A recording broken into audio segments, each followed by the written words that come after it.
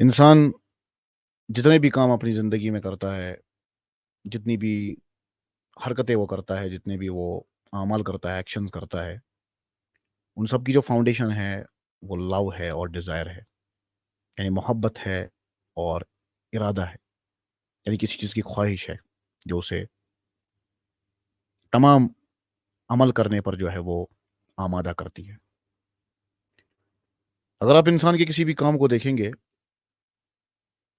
तो अगर आप उसका सबब देखेंगे कि वो इंसान ये सब काम क्यों कर रहा है, जैसे कोई मज़दूर जो है वो मज़दूरी क्यों कर रहा है, तो ज़ाहिर-सी बात है कि वो पैसे के लिए कर रहा होता है और जो पैसा है, वो उसको क्यों चाहिए?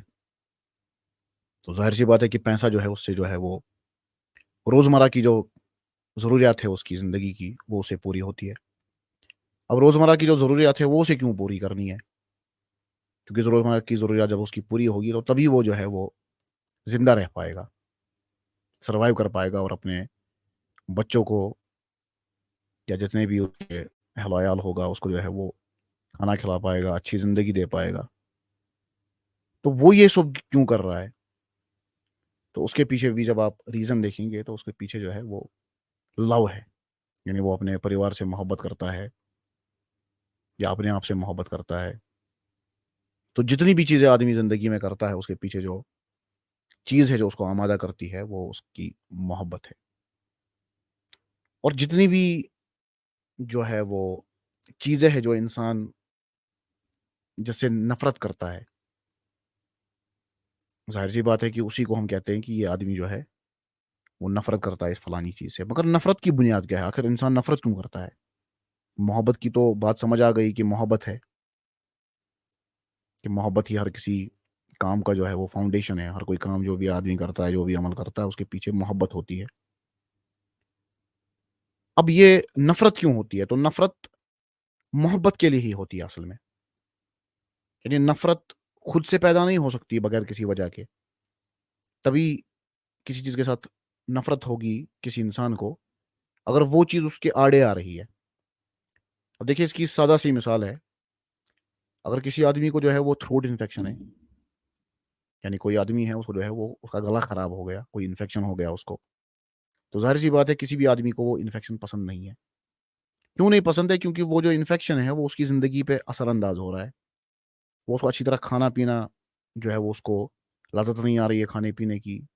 उसे जो है उसको बुखार भी अब हो रहा है। यानी वो अपनी ज़िंदगी को अच्छी तरह जी नहीं पा रहा है और उसकी जो है वो सेहत भी उसकी कमज़ोर हो रही है। तो सेहत के साथ जो मोहब्बत है उसकी, जो दूसरी चीज़ों के साथ उसकी मोहब्बत है, उसी वज़ह से वो बीमारी को डिसलाइक करता है, उसके साथ जो है वो नफ़रत करता है। यानी हमें ये पता चला कि इंसान की जितनी भी हरकत है, जितनी भी एक्शन्स आदमी करता है अपनी ज़िंदगी के अंदर, वो सारे वो करता है किस लिए? क्योंकि उसको जो है वो मोहब्बत है। ये मोहब्बत ही है जो आदमी को तमाम काम करने पर जो है वो उकसाती है। और जो नफ़रत है, वो नफ़रत क्यों होती है किसी चीज़ की? क्योंकि किसी चीज़ की मोहब्बत मौजूद होती है, तभी मन नफ़रत होगी। जैसे आपको जो है वो कोई गाड़ी पसंद आ गई, अब आपके पास पैसे नहीं है, तो गरीबी से आपको जो है वो नफ़रत हो गई क्योंकि आप अगर आप गरीब नहीं होते तो गाड़ी खरीद लेते। कोई औरत आपको पसंद आ गई, ठीक है। तो जो चीज़ आपके आड़े में आ रही है, उस मोहब्बत के, उसके साथ आपको नफ़रत हो जाएगी। तो यहाँ पर जो है अब ये सवाल है कि आदमी जो है वो जब किसी चीज़ को नहीं करता, तो उसके पीछे सीधी-सी बात है कि उसको जो है वो मोहब्बत नहीं होती है उस चीज़ की। यानी मोहब्बत वहाँ पर एब्सेंट होती है और जब मोहब्बत एब्सेंट होती है, तो वो जो है वो आदमी वो काम नहीं करता। जैसे मिसाल के तौर पर कोई आदमी जो है वो ये नहीं चाहेगा कि वो बीमार हो,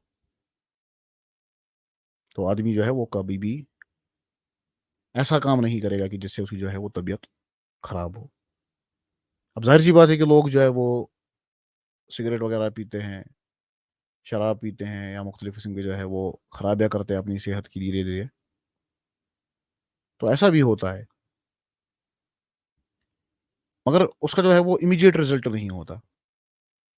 यानी जो आदमी सिगरेट पी रहा है, अगर जल्द जल्द एक ही सिगरेट पीने के बाद उस पे जो वो तमाम असर उसको 50 साल में होने वाला है वो एक ही दिन में आ गया, तो कुदरती जो है उसको नफरत हो जाएगी, उसको क्विट करना पड़ेगा स्मोकिंग को। इसी तरह से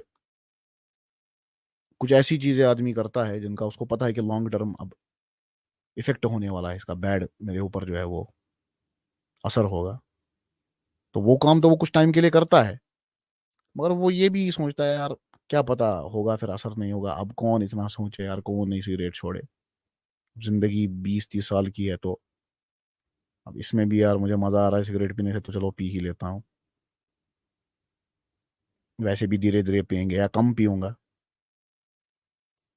ठीक है, तो जल्दी से उसके इफेक्ट नहीं आते।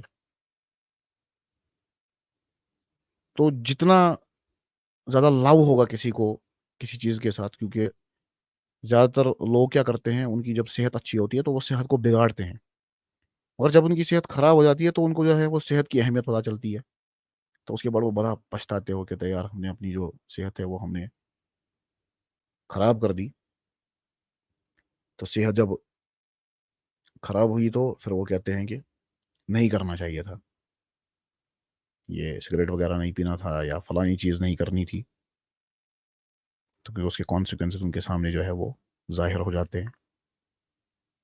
तो आदमी अगर कोई चीज़ छोड़ता है, कोई चीज़ नहीं करता, तो या तो उसको उसकी नफरत होती है, या तो कभी कभी गफलत होती है, जैसे बहुत सारी चीज़ों में लोगों को गफलत हो जाती है, ठीक है। अब कुछ लोग ये कहते हैं कि अब कोई आदमी कोई काम नहीं कर रहा, यानी किसी आदमी ने कोई काम नहीं किया, उसने जो है वो छोड़ दिया, उसने अबेंडन कर दिया किसी चीज़ को, तो अब यहाँ पर दो राय हैं, दो ग्रुप बन गए इसमें। एक जमात ये कहती है कि अगर जो किसी चीज़ का छोड़ना है वो एब्सेंस ऑफ एक्शन है, यानी वहां पर जो एक्शन है वो मौजूद नहीं है, तो कोई आदमी अगर किसी चीज़ को छोड़ रहा है तो वो कुछ नहीं कर रहा है, तो वो कोई चीज़ है ही नहीं। जैसे मिसाल के तौर पर मैं रास्ते में चल रहा हूँ, अब मार्केट में मैं चल रहा हूँ, तो मैंने बहुत तो मार्केट में मैंने कुछ नहीं खरीदा, यानी मैंने कोई वहां पर एक्टिविटी नहीं की लेने देने की, तो वो कोई चीज़ है ही नहीं, वो कोई एक्शन ही नहीं है। एक जमात यही कहती है कि ये एब्सेंस ऑफ एक्शन है। तो कुछ लोग कहते हैं नहीं, अपने आप को रोकना भी एक चीज़ है। बहुत सारे आपको ऐसे फिलोसफर भी मिलेंगे जो ये कहते हैं अगर किसी आदमी ने कोई काम नहीं किया तो वो जो है वो एक वजूदी चीज़ है, वो एक एग्जिस्टेंशियल चीज़ है कि वो कुछ नहीं कर रहा, यानी वो अपने आप को रोक रहा है मार्केट पे चीज़ खरीदने से, या फलानी आदमी जो है वो कोई और काम करने से अपने आप को रोक रहा है, जैसे सब्जी नहीं ला रहा है, या कोई बहुत सारी मिसालें इसमें, अब मैं आपको सिंपल सिंपल मिसालें दे रहा हूँ जिससे जल्दी जो है वो बात समझ में आ जाए। तो जब भी आप कोई काम नहीं करते, कोई एक्शन नहीं करते हैं, तो वो कहते हैं कोई एक्शन नहीं करना जो है, एक जमात ये कहती है कि वो कोई एब्सेंस ऑफ एक्शन है, और दूसरी जमात ये कहती है नहीं वो एग्जिस्टेंशियल चीज है, वो अपने आप को रोक रहा है। मगर इस बात पे जो है वो तमाम लोग ये मानते हैं कि जो एब्सेंस ऑफ एक्शन है वो कभी कभी या तो जो है वो लव मौजूद नहीं होगा किसी चीज का, यानी मैंने टीवी इसलिए नहीं खरीदा क्योंकि मुझे टीवी की जरूरत नहीं है, या मुझे टीवी पसंद नहीं है, तो वहां पर जो है वो एब्सेंस ऑफ लव आ गया टीवी के लिए, इसलिए मैंने मार्केट में टीवी नहीं खरीदा, या आज मैंने मार्केट में जाकर जो है वो फलानी फल नहीं खरीदा या फलानी सब्जी नहीं खरीदी क्योंकि मुझे शौक नहीं है उसको खाने का आज, तो वहां पर एब्सेंस ऑफ लव है, इसलिए वो मैंने काम नहीं किया। या कभी कभी क्या होगा कि कभी कभी हेट होगा, डिसलाइक होगा, यानी जब आदमी एक्शन को अबेंडन करता है, कोई काम नहीं करता, तो दो चीजें हो सकती है, या तो लव मौजूद नहीं होगा या तो नफरत होगी। अब देखिए अगर मैं मोबाइल मार्केट में चल रहा हूँ तो मोबाइल में नहीं खरीद रहा हूँ, तो इसका मतलब ये नहीं है कि मुझे मोबाइल से मोहब्बत नहीं है, मैं मोबाइल को लाइक नहीं करता, मुझे भी मोबाइल फोन्स पसंद है, मैं भी चाहता हूँ कि मैं आईफोन वगैरह लाऊं, वैसे सैमसंग मुझे ज़्यादा पसंद है एंड्रॉयड फ़ोन। तो ठीक बात है यार, नहीं खरीदा इसका मतलब ये नहीं है कि आज नहीं खरीदा कल नहीं खरीदा तो मोहब्बत नहीं करता फ़ोनों के साथ, फ़ोन पसंद है। अब कभी कभी क्या होता है कि कभी कभी आदमी को हेट होता है किसी चीज़ का, ٹھیک ہے. تو جب آپ کو ہیٹ ہوا کسی چیز کا تب بھی آپ نہیں کریں گے. جیسے مثال کے طور پر آپ جا رہے ہیں مارکیٹ میں سے, تو وہاں پر آپ نے دیکھا کہ کچھ چیزیں بک رہی ہے. اب جو بیچ رہا ہے آپ وہ چیز ہے, وہ آپ کا دشمن ہے, تو آپ نہیں خریدیں گے. تو کبھی کبھی جو ہے وہ نفرت کی وجہ سے بھی ایکشن کو آدمی جو ہے وہ ابینڈن کرتا ہے, کوئی ایکشن نہیں کرتا, اس کو جو ہے وہ اس کی نفرت ہوتی ہے. اور کبھی کبھی جو ہے وہ ایبسنس آف لو بھی ہوتا ہے, یعنی ضروری نہیں ہو نفرت ہو, کیونکہ دنیا میں تو بہت سارے لوگوں کو ہم نہیں جانتے, تو بہت سارے کام ہم اس لیے نہیں کرتے کیونکہ ہمیں اس کی جو ہے وہ لو یا ڈیزائر نہیں ہوتی. اب جو ایکشن ہے, ایکشن ہمیشہ لو اور ڈیزائر سے آئے گا. جب بھی آدمی ایکشن کرے گا تو ایکشن ہمیشہ کس سے آئے گا؟ جب بھی آدمی کوئی عمل کرے گا. دیکھیے, جب عمل نہیں کرے گا, کوئی ایکشن نہیں کرے گا, تو اس میں دو وجہ ہو سکتی ہے. پہلی وجہ تو یہ ہو سکتا ہے کہ ایبسنس آف لو ہو سکتا ہے, دوسری وجہ ہیٹ ہو سکتی ہے, کیونکہ ایبسنس آف لو امپلائی نہیں کرتی ہمیشہ کہ ہیٹ ہوگا. ٹھیک ہے, تو دو وجہوں سے آدمی ایکشن نہیں کر سکتا, مگر جب بھی ایکشن کرے گا تو ایک ہی وجہ سے کرے گا. وہ کس وجہ سے کرے گا؟ وہ کرے گا لو اور ڈیزائر کی وجہ سے. حالانکہ جو ایکشن اس کو ڈسلائک بھی ہوں گے, جن کو وہ ہیٹ بھی کرتا ہوگا, ان کو بھی کمپل کرے گا لو اور ڈیزائر, کیونکہ اس سے کیا ہے, ان کو اس چیز کے لیے کیا گیا ہے کہ جس سے آپ محبت کرتے ہیں. اب اس کی مثال سمجھ لیجیے. اب بہت سارے لوگ جو ہے وہ پڑھائی کو پسند نہیں کرتے مگر پڑھ رہے ہیں. کچھ لوگ کو جو ہے وہ افسر بننے کا شوق ہے, کچھ لوگ چاہتے ہیں وہ ڈاکٹر بنے, کچھ لوگ چاہتے ہیں بڑے عالم بن جائے یا کچھ اور بن جائے. زندگی میں بہت سارے پروفیشنز ہیں. تو اب وہ محنت کیوں کر رہے ہیں؟ حالانکہ محنت کرنا تو کسی کو پسند نہیں ہے زیادہ, تو وہ محنت وہ اس لیے کر رہے ہیں تاکہ جو چیز ان کو حاصل ہو رہی ہے اس کے ساتھ ان کو محبت ہے. تو مزدور جب مزدوری کرتا ہے تو مزدوری کے ساتھ محبت نہیں ہے, بلکہ مزدوری کے عوض میں جو اس کو مزدوری ملے گی اس کے ساتھ محبت ہے. مزدوری کے ساتھ یعنی پیسے کے لیے وہ کام کر رہا ہے, وہ فار دا سیک آف مزدوری نہیں کر رہا ہے. اس کے پیچھے ایک لو ہے اس کا, کیونکہ اس کی ضروریات جو ہے وہ پیسے سے ہی پوری ہونے والی ہے. تو جو محبت ہے, یا تو آپ اس کو اٹین کر سکتے ڈائریکٹلی یا انڈائریکٹلی. جیسے مثال کے طور پر آپ کسی چیز کو جو ہے وہ محبت کرتے ہیں, جیسے کوئی گاڑی آپ کو پسند آ گئی, تو یہ ہو گیا ڈائریکٹلی محبت کرنا, ڈائریکٹلی اٹین کرنا کسی چیز کو, کہ آپ نے وہ گاڑی ہی خرید لی. اور دوسری مثال یہی ہے کہ کسی آدمی کو جو ہے وہ انفیکشن ہو گیا, اس نے جو ہے وہ دوائی کھائی انفیکشن کی, اور انفیکشن کی دوائی اس نے کیوں کھائی؟ کیونکہ لو ہے اس کو صحت کے ساتھ. دوائی کھانا اس کو پسند نہیں ہے, مگر دوائی کھا اس لیے رہا ہے, جو نتیجہ نکلے گا اس کے ساتھ اس کو محبت ہے, یعنی صحت کے ساتھ محبت ہے, صحت ٹھیک ہو جائے گی. تو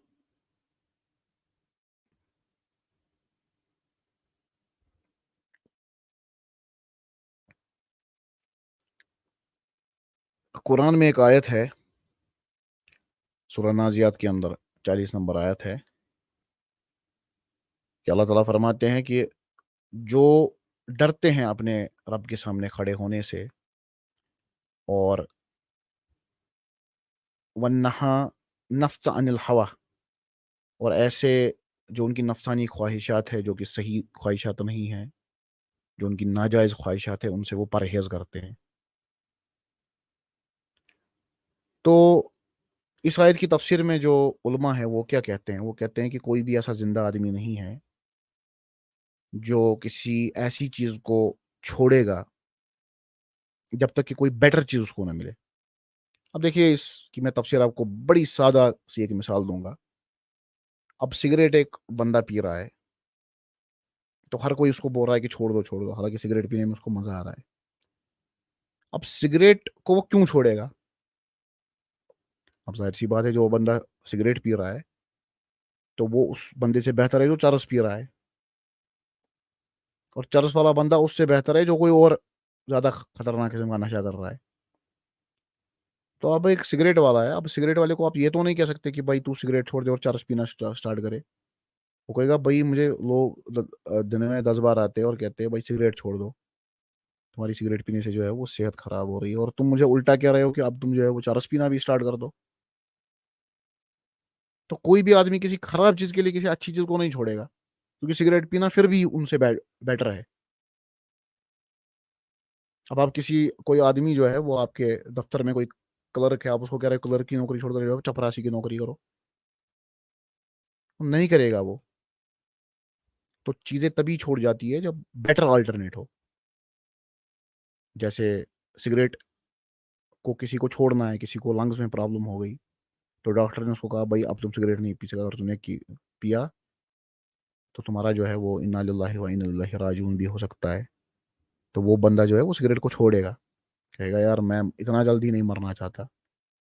تو کسی اچھی چیز کے لیے ہی اس نے سگریٹ کو چھوڑا، حالانکہ سگریٹ پینا اس کو پسند تھا، مگر جب اس کو پتا چلا کہ اس سے بیٹر چیز مجھے مل رہی ہے، جیسے کوئی صحت کے لیے چھوڑے گا سگریٹ پینا، میں ایسی مثالیں آپ کو بتا رہا ہوں جو جلدی گریسپ ہو جائے، سمجھ آ رہی ہے؟ تو آلٹرنیٹ جو ہے وہ اچھا ہونا چاہیے۔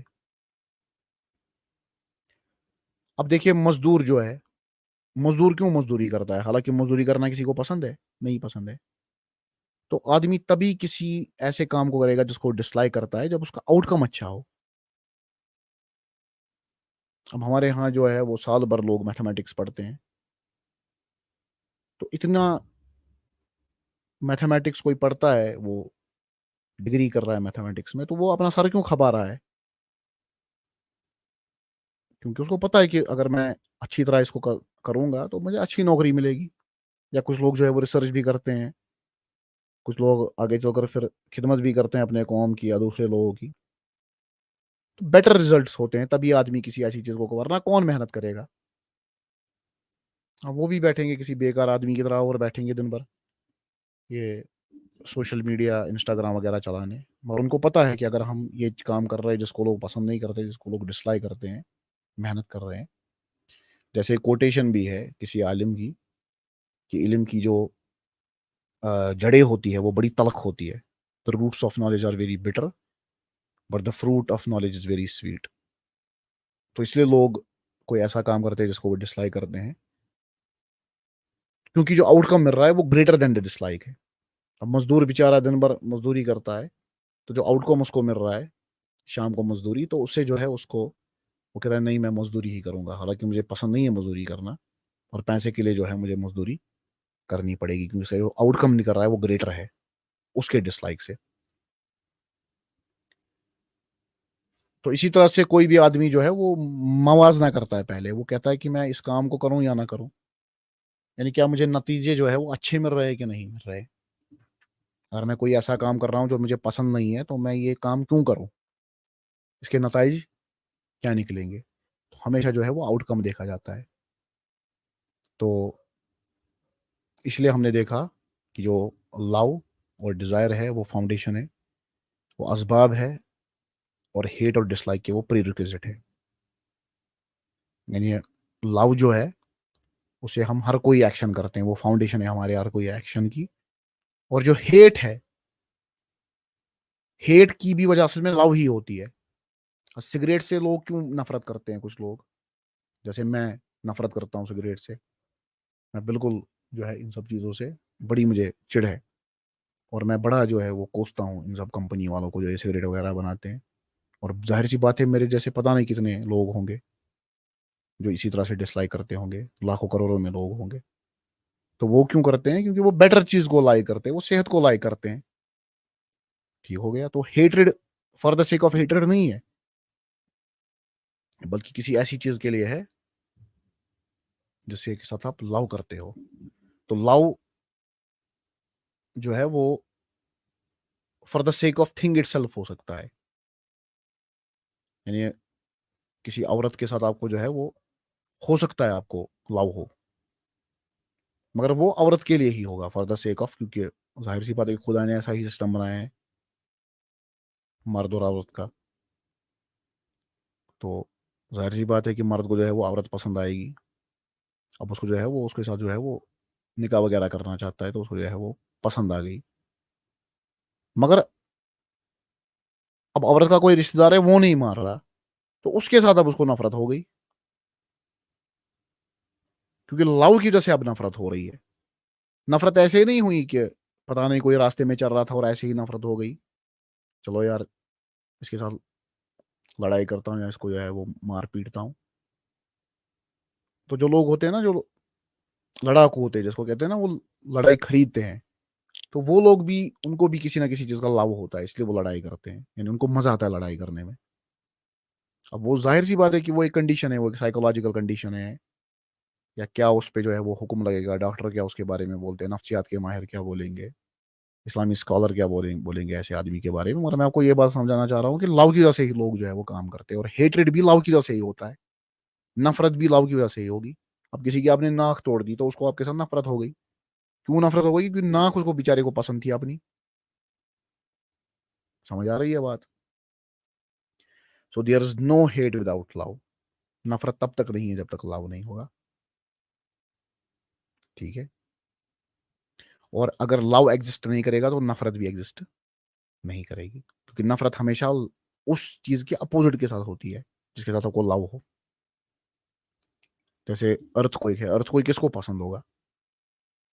لوگ، ظاہر سی بات ہے کہ لوگ جو ہے وہ اسٹیبل ارتھ کے اوپر بیٹھنا چاہتے ہیں، بلڈنگوں میں بیٹھنا چاہتے ہیں. اب ارتھ کوئک ان کی بلڈنگیں ہلا رہا ہے، ان کو گرا بھی رہا ہے، اور ساتھ میں جو ہے وہ پتہ نہیں کتنے لوگ بھی مر رہے ہیں، تو وہ ارتھ کوئک کیوں لائک کریں گے؟ جو ارتھ کوئک کے ساتھ ان کا ہیٹریڈ ہے وہ کس لیے ہے؟ وہ ہے ڈیو ٹو، کس کی وجہ سے ہے؟ ڈیو ٹو لو آف، ان کی اپنی جو زندگی ہے جو وہ اچھی طرح بتانا چاہتے ہیں ارتھ کوئک کے بغیر. تو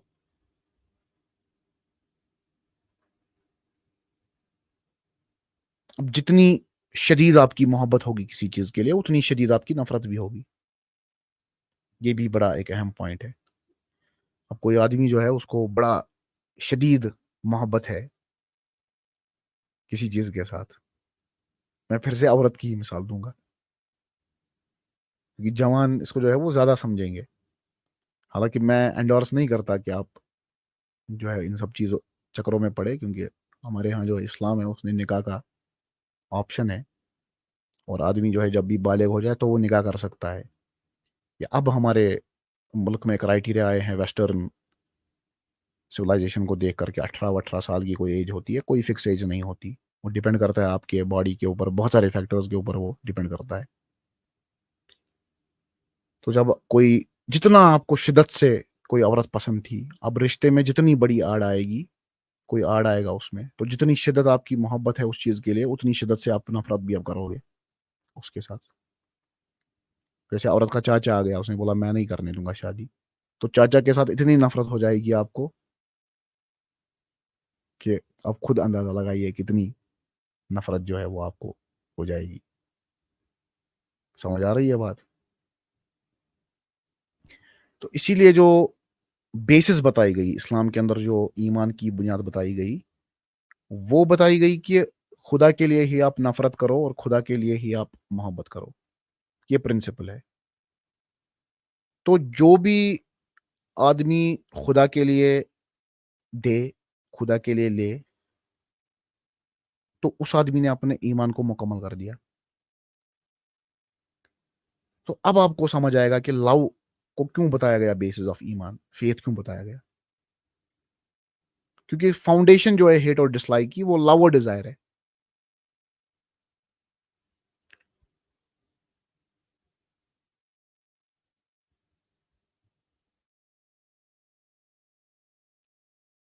تو اگر محبت نہیں ہوگی تو نفرت بھی نہیں ہوگی.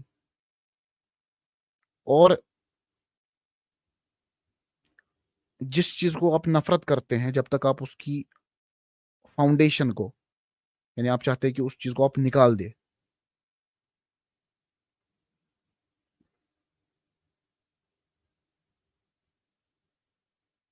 یعنی دیکھیے یہاں پر شارٹ میں یہ پوائنٹ ہے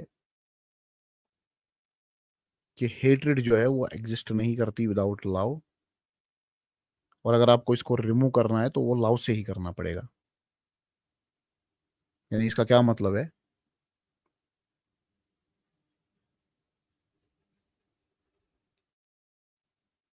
کہ جتنی بھی موٹیویشن آپ کو ملتی ہے، یعنی جتنی بھی چیزوں کو آپ وجود میں لانا چاہتے ہیں یا جو بھی چیزیں آپ کرنا چاہتے ہیں، ان کی جو موٹیویشن ہے وہ آپ کو لاؤ سے ملتی ہے.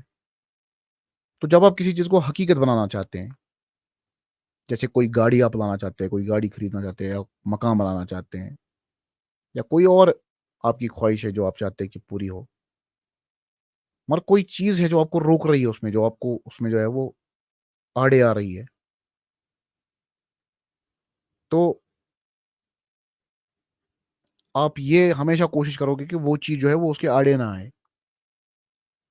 تو جو آپ کی بادھا آ رہی ہے اس میں، جو آپ کی وہ چیز آڑے آ رہی ہے، تو وہ آپ کو جو ہے اس کو آپ ڈسلائک کرتے ہیں.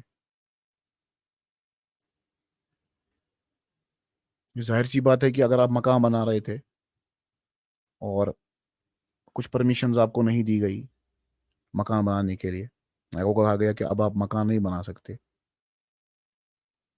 تو اب جو ہے آپ کو ہیٹریڈ ہو جائے گی اس چیز کی کہ بھائی میں تو مکان بنا رہا تھا اپنا، ان کو کیا دقت ہو گئی میرے مکان بنانے سے. تو اب آپ کو ہیٹریڈ ہو گئی، مگر ہیٹریڈ تب ہوئی جب آپ کو لاؤ تھا مکان بنانے سے، تبھی نفرت ہوئی. اب دیکھیے کوئی آدمی ہے وہ سیریس ہی نہیں ہے کسی چیز میں اور اسے وہ چیز چھن بھی گئی، اب جس نے وہ چیز لی تو اس کو کوئی فرق نہیں پڑتا، وہ اسے نفرت بھی نہیں کرتا، وہ کہا چھوڑو یار مجھے کہاں ضرورت تھی، ویسے بھی میں تو اس کو استعمال ہی نہیں کرنے والا تھا. سمجھ آ رہی ہے؟ بالکل یہ سادی سی باتیں ہیں.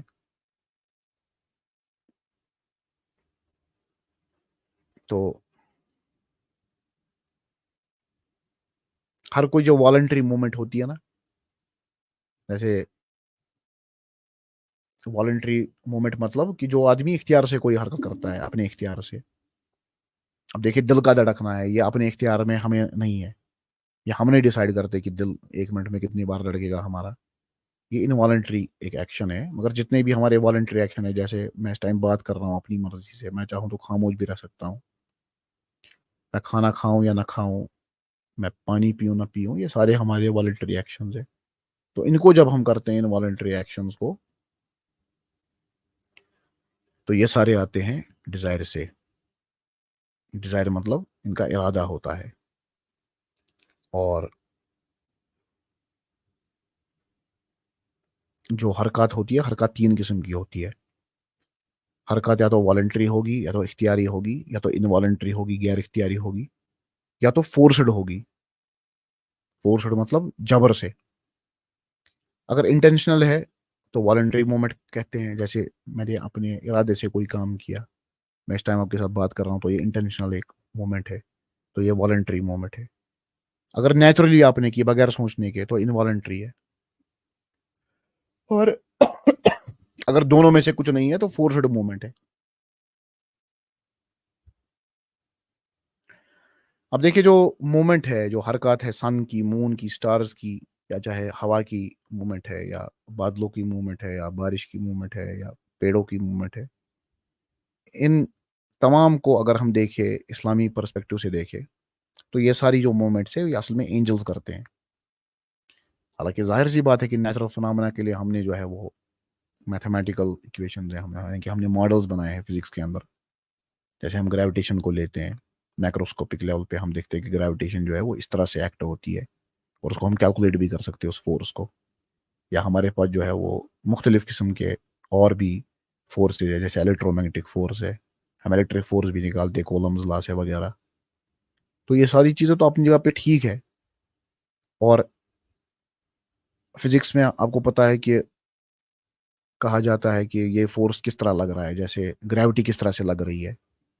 تو اس میں بہت ساری تھیریز ہے، جیسے گریویٹان ایک پارٹیکل بھی انہوں نے جو ہے وہ اس کو جو ہے وہ ہائپوتھیسائز کیا ہے، اس کا اندازہ لگایا ہے کہ گریویٹان ہے.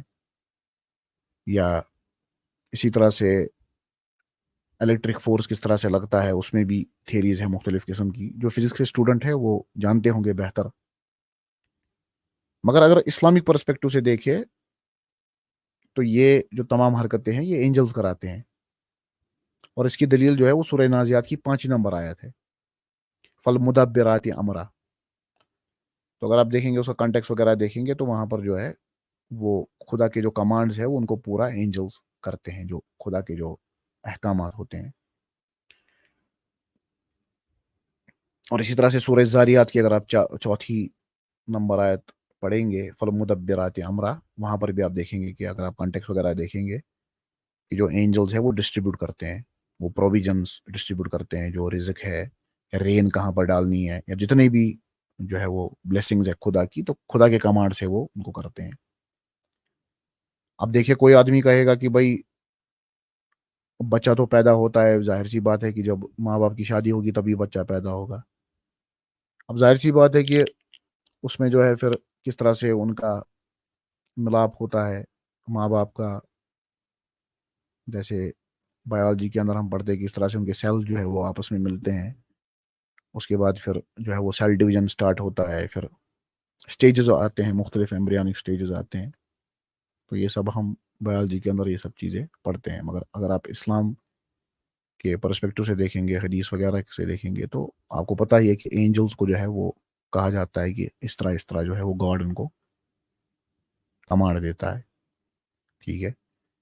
تو یہ جو ہے یہ ایک ہمارا ایک تھیولوجیکل پرسپیکٹو ہے کہ ہم کس طرح سے ان چیزوں کو دیکھتے ہیں کہ یہ چیزیں کس طرح سے ہو رہی ہے، کیونکہ ہم مانتے ہیں کہ ہر کسی چیز کے پیچھے دنیا میں جتنی بھی کریشنز ہیں ان کے پیچھے گاڈ کا ہاتھ ہے، اور ہر کوئی چیز جو ہو رہا ہے وہ خدا تعالیٰ کی مرضی سے ہی ہو رہا ہے، اور خدا تعالیٰ ہی ہر کسی چیز کا خالق ہے۔ تو اب ملک کہتے ہیں، اگر آپ عربی میں دیکھیں جو اینجلز ہیں ان کے لیے جو ورڈ استعمال ہوتا ہے وہ ملک کا ورڈ ہے۔ تو یہ سجسٹ کرتا ہے کہ وہ ایک میسنجر ہے جس کو ایک کمانڈ ایگزیکیوٹ کرنی ہے، کیونکہ ان کے پاس کوئی فری چوائس نہیں ہے ملائکہ کے پاس۔ تو اسی لیے جو ہے وہ شفاعت بھی ملائکہ نہیں کریں گے قیامت کے دن، مگر وہی کریں گے جن کو خدا نے اجازت دی ہوگی، جیسے سورہ مریم کی 64 سے لے کر 65 آپ پڑھیں گے تو وہاں پر یہ چیز آپ کو کلیئر ہو جائے گی۔ تو اگر یہی کیس ہے تو جیسے سورہ مریم کی اگر آپ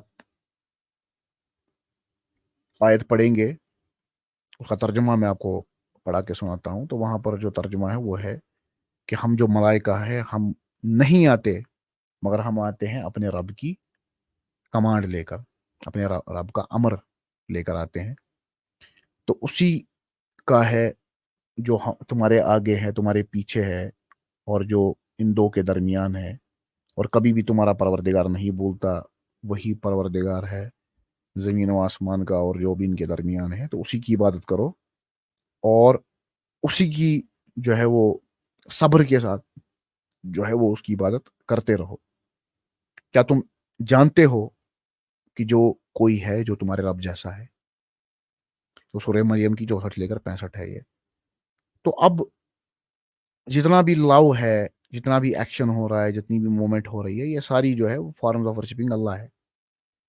اب آپ کہیں گے کیسے؟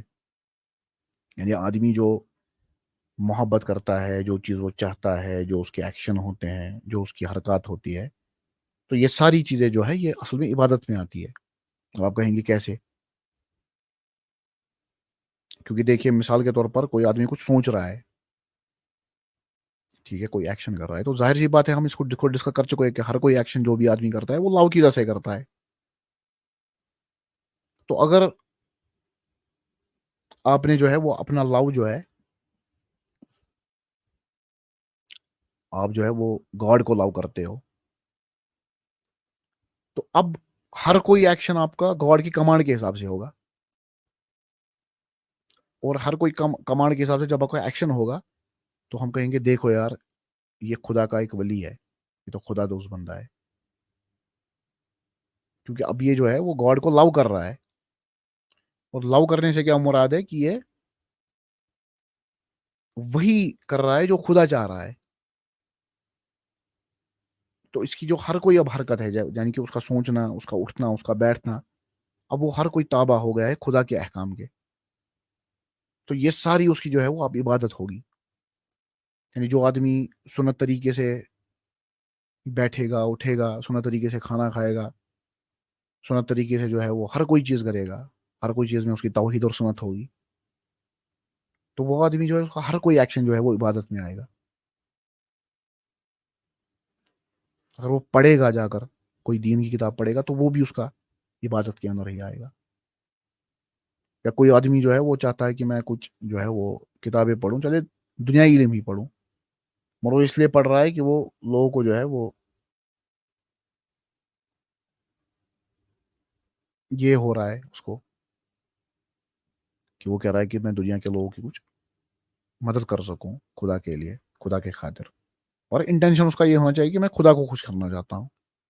تو اس کا جو ہر کوئی ایکشن اب ہوگا وہ گاڈ کے ورشپ کے اندر ہی آئے گا. ہر کوئی ایکشن آئے گا. ورشپ یہ نہیں ہے کہ آپ نے نماز پڑھی 5 ٹائم مسجد میں جا کر، خالی اتنی ورشپ نہیں ہے. ورشپ کی جو ٹرم ہے یہ بہت براڈ ہے. ٹھیک ہے، تو جو پریز وردی لو ہوگا، کیونکہ لو جو ہے لو پریز وردی بھی ہو سکتا ہے، لو بلیم وردی بھی ہو سکتا ہے. ہر کوئی لو پریز وردی نہیں ہے. ٹھیک ہے، اس بات کا خیال رکھیے. ہر کوئی لو پریز وردی نہیں. اب کوئی آدمی ہے وہ کسی عورت کے ساتھ لو کرتا ہے، ٹھیک ہے، اور اب وہ نکاح کر رہا ہے، تو یہ پریز وردی لو بن گیا، کیونکہ اس نے حرام جو ہے وہ حرام نہیں گھسایا بیچ میں. ٹھیک ہے، اسی طرح سے کوئی آدمی اس کو کھانے کے ساتھ لاؤ ہے، کوئی چیز اس کو کھانے میں پسند ہے، یہ پریز وردی لاؤ ہے، اس کی تعریف ہوگی، کیونکہ جب وہ اچھا کھانا کھائے گا تو تبھی اس کی صحت اچھی رہے گی. ٹھیک ہے، تو خدا نے جو یہ رکھی ہے نا انسان کے اندر، جو ڈیزائر رکھی ہے، ان میں ہر کوئی ڈیزائر جو ہے وہ پریز وردی ہے. مگر اب کوئی آدمی اس کو دن میں جو ہے وہ سبزی کھانی ہے 1 پاؤ، اب وہ 1 پاؤ کی بجائے 1.5 کلو کھا رہا ہے، تو اب یہ ڈیزائر پریز وردی نہیں رہی، اب یہ بلیم وردی بن گئی. اب ایک آدمی کو جوس پینا ہے 1 گلاس، وہ 10 گلاس پی رہا ہے، تو اس سے اس کی صحت کو ہی اب نقصان ہو رہا ہے الٹا. تو یہ ڈیزائر اب پریز وردی نہیں رہی. اگر ایک حد میں رہتی تو پریز وردی رہتی. اس لیے خواہشات جو ہے، خواہشات کی نہ تو نفی کی جا سکتی ہے مطلقاً، اور نہ ہی ان کی کیا کی جا سکتی ہے، ان کی جو ہے وہ پریز کی جا سکتی ہے، تعریف کی جا سکتی ہے، کیونکہ ڈپینڈ کرتا ہے. دیکھیے، عورت کے لیے ہماری خواہش ہے مردوں کی. اب یہ خواہش کیا ہے؟ یہ خواہش پریز وردی ہے، کیونکہ اگر یہ خواہش نہیں ہوگی تو انسانی نسل ہی آگے نہیں بڑھے گا. اور اب کوئی آدمی جو ہے وہ دن بھر یہی کرتا ہے، وہ پتہ نہیں کن کن عورتوں کو تاڑتا رہتا ہے، اور وہ غلط کام بھی کرتا ہے.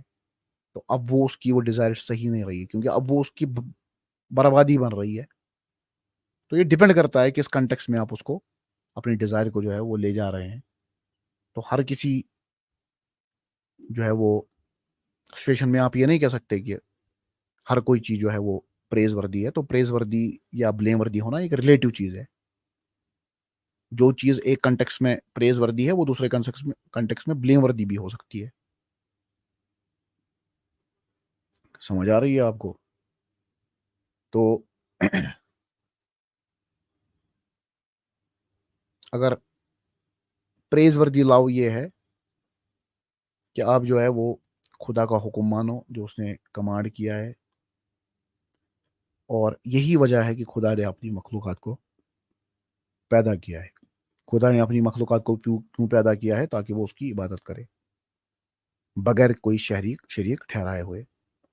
کیونکہ خدا کو تو دنیا میں 95% لوگ مانتے ہیں، مگر خدا کی 95% نہیں مانتے. غور کیجیے اس بات پہ، خدا کو 95% لوگ مانتے ہوں گے، مگر 95% اس کی نہیں مانتے. یعنی مطلب یہی ہے کہ جو گاڈ کی کمانڈ ہے وہ گاڈ کی کمانڈ فالو نہیں کرتے، وہ بس خدا کو مانتے ہیں. ان کو آپ جنرل تھیسٹ کہہ سکتے ہیں اگر اس سینس میں کہے، فلوسافیکل سینس میں، کیونکہ تھیسٹ بھی ایک بڑی جنرل ٹرم ہے. تو اگر آپ اس کنٹیکس میں کہے کہ جو بھی خدا کو مانتا ہے اس کو میں تھیسٹ کیٹیگری میں رکھوں گا، تو اس میں کرسچن بھی آئیں گے، اس میں جو بھی آئیں گے، اس میں مسلم بھی آئیں گے، اس میں سکھ بھی آئے گا، اس میں جو ہے وہ ہندو بھی آئے گا. ٹھیک ہے، اس میں جو ہے وہ کچھ بدھسٹ بھی آئیں گے، کیونکہ بدھسٹ ضروری نہیں ہو ایتھسٹ ہی ہو، حالانکہ ہوتے ایتھسٹ بھی ہو بہت سارے. تو اس میں بہت سارے مذاہب آئیں گے. سمجھ آ رہی ہے آپ کو؟ مگر جب آپ دیکھیں گے نا کہ اب ان میں سے کون کر رہا ہے خدا کی خالی عبادت کر رہا ہے، خدا کے ساتھ شریک کوئی ٹھہرا رہا ہے کہ نہیں ٹھہرا رہا، تو آپ دیکھیں گے اس میں جو ہے اس میں آپ کو اسلام ہی ایٹ دا ٹاپ دکھے گا. کیونکہ اسلام کی پوری دعوت توحید پر ہے. اور وہ کون سی والی توحید ہے؟ وہ توحید الوہیہ ہے. کیونکہ ربوبیہ تو وہ بھی مان رہے ہیں نا، گاڈ کو رب. اب سکھ کس کو رب مانتا ہے؟ आपको क्या लगता है वो गुरु नानक को रब मानता है? वो भी गॉड को ही रब मानता है, मगर उलूहिया में वो उसको यकता नहीं मानता। समझ आ रही है बात? उलूहिया मतलब वो वर्शिप में उसको सिंगल आउट नहीं कर रहा है। तो सिंगल आउट कौन कर रहा है वर्शिप में गॉड को? वो खाली मुस्लिम करता है। मुस्लिम कहता है नहीं, खुदा के सिवा मैं किसी से नहीं मांग सकता। अब मुसलमानों के अंदर भी वो तवस्सुल ववस्सुल है, उसमें किसी और दिन हम बात करेंगे इंशाअल्लाह। बड़ा वो पेचीदा मसला है, मगर गॉड को जो है वो सिंगल आउट करते हैं वर्शिप के लिए। तो यही है तौहीद उलूहिया, यानी खाली इबादत गॉड की होगी और किसी की नहीं होगी। और वर्शिप में क्या चाहिए आपको? वर्शिप में आपको लव और ह्यूमिलिटी चाहिए। अब लव किसका होगा? लव जाहिर सी बात है, क्यों आप करेंगे खुदा की इबादत? क्योंकि आप खुदा के साथ लव करते हैं। तो लव वहां पर क्या है कि आप क्या सोचते हैं, यार देखो खुदा हमारा खालिक है और कितना रहीम है यार, कितने गुनाह हम कर रहे हैं और फिर भी हमको जो है वो खिलाया जा रहा है, पिलाया जा रहा है, हमारी सेहत अच्छी रख रहा है। एक वाक़ा मुझे याद आ गया, गालिबन ये बुखारी का वाक़ा है, या मेरे जहन से निकल गया और किस किताब का है, मगर है वाक़ा ऑथेंटिक अहले सुन्नत के नज़दीक। हज़रत इब्राहीम अलैहिस्सलाम के यहाँ एक मेहमान आया था। अब जो मेहमान था वो मुस्लिम नहीं था। तो वो जो मेहमान था उसने जब खाना खाना स्टार्ट किया तो उसने जो है वो बिस्मिल्लाह नहीं पढ़ा। अब जो हज़रत इब्राहीम अलैहिस्सलाम है, पता नहीं ऐसे ही वाक़ा किसी ने बयान किया, मुझे नहीं पता ऑथेंटिक, मगर मुझे लगता है ऑथेंटिक है क्योंकि मैंने इसको सुना है बहुत सारी सोर्सेज है, मगर फिर भी आप इसको क्रॉस चेक कीजिए। मगर बात जो है उससे एक दूसरा इसमें नुक्ता निकलेगा बात से। हज़रत इब्राहीम जो अलैहिस्सलाम थे, अब जब उनने खाना वाना उसको दिया मेहमान को, तो मेहमान जो था उसने बिस्मिल्लाह नहीं पढ़ा। उसने बिस्मिल्लाह पढ़ने के बगैर ही खाया। तो उसने कहा भाई तुम कैसे इंसान हो, जिसने तुमको खुदा ने खाना तुम्हारे सामने रखा, तुम्हें ये जो है वो भूख तुम्हें दी, क्योंकि भूख भी खुदा की एक नियामत है, और तुमने खाना जो है वो बिस्मिल्लाह के बगैर पढ़ा, यार कैसे आदमी हो तुम? उसने कहा यार तुम निकल जाओ यहाँ से। तो कहते कि एक मलक आया, एक एंजल आया इब्राहिम अलैहिस्सलाम के पास और उनसे कहा कि खुदा आपसे कह रहा है कि आपने इसको क्यों निकाला? अगर एक आपका मेहमान था, तो इब्राहिम अलैहिस्सलाम ने कहा कि यार ये खाना खा रहा था और उसने खुदा का नाम नहीं लिया, बिस्मिल्लाह नहीं पढ़ा।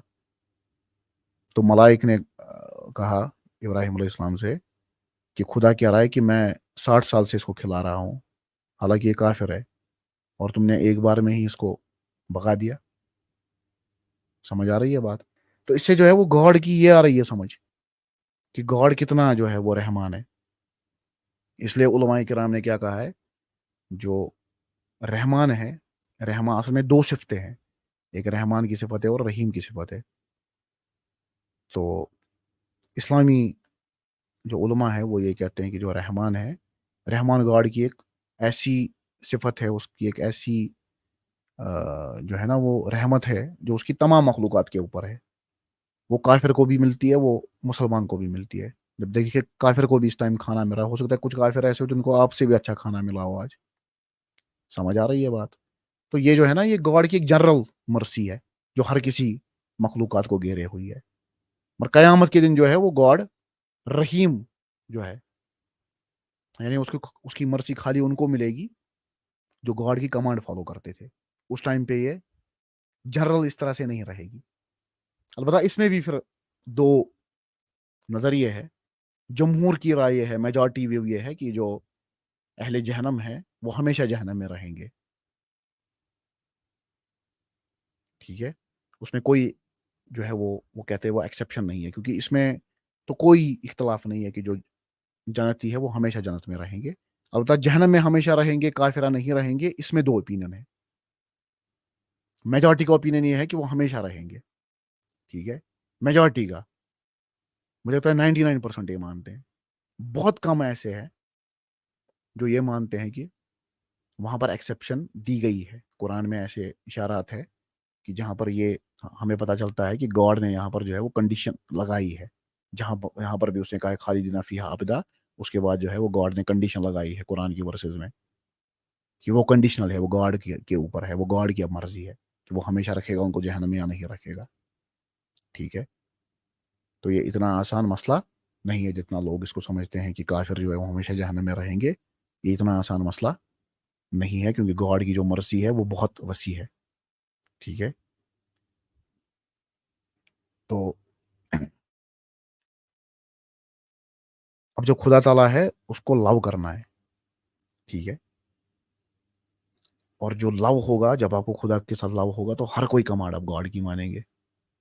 وہ تو ویسے بھی ہے, میں نہیں سمجھتا کہ کوئی ایسا آدمی ہو جو گاڈ کو ہیٹ کرے گا, سوائے کہ وہ پاگل ہو یا اس کو جو ہے اس کی فطرت بہت زیادہ کرپٹ ہوئی ہو یا کوئی ذہنی اس پہ بیچارے پہ دباؤ آ گیا ہو. جیسے کسی کا بیٹا مر جاتا ہے, کسی کی بیٹی, کسی کا ماں, کسی کے باپ, تو کچھ لوگ جو ہے وہ پرابلم آف ایول کو جو ہے وہ برداشت نہیں کر پاتے, کیونکہ ظاہر سی بات ہے کہ ہم کمزور ہیں, انسان ہیں, تو کبھی کبھی جو ہے وہ پرزے سٹک جاتے دماغ کے.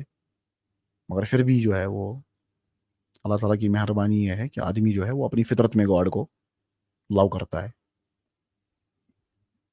اور کرے بھی کیوں نہ. ٹھیک ہے. تو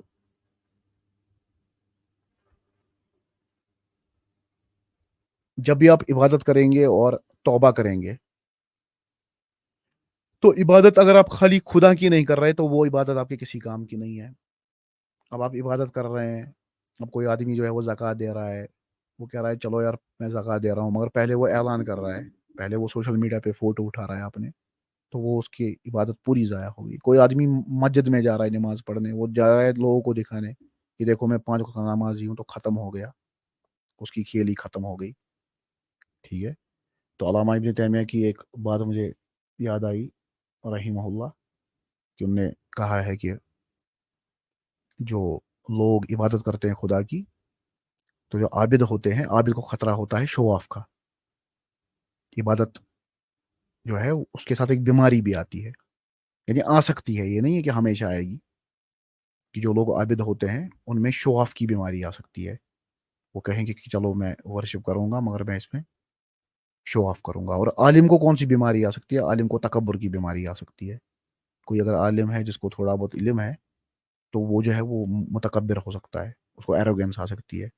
تو انہوں نے کوٹیشن ان کی ہے کہ the disease that knowledge brings is arrogance and the disease that worship brings is show off.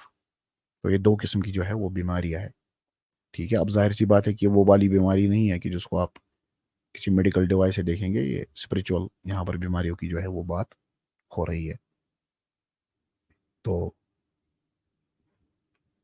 اسی طرح سے جو بھی عبادت آپ کریں گے, اگر آپ نے وہ خدا کے لیے خالی نہیں کی تو آپ کی وہ عبادت جو ہے وہ ضائع ہو گئی. اچھا, توبہ آپ نے کی, اور توبہ بھی خدا کے لیے نہیں کی, اس میں بھی کچھ اپنا ہی مطلب نکالا, تو وہ توبہ بھی آپ کو کوئی فائدہ نہیں دے گی. تو جو بھی کرنا ہے وہ خدا کے لیے ہی کرنا ہے شارٹ میں. ٹھیک ہے. اور یہی ہے نا, کیونکہ ہم پہلے ہی دیکھ چکے ہیں کہ جو پرنسپل ہے ہر کسی ایکشن کا, جتنے بھی حرکات ہوتے ہیں دنیا میں, جتنے بھی انسان حرکات کرتا ہے, سکنات کرتا ہے, وہ سارے لو کی بیسس پہ کرتا ہے, کیونکہ اس کو محبت ہوتی ہے. اور اگر یہ محبت اس کو خدا کے ساتھ ہے, تو اب وہ ہر کوئی کمانڈ جو ہے وہ خدا کی مانے گا, اور ہر کوئی جو اس کا ایکشن ہوگا وہ خدا کے احکام کے حساب سے ہوگا.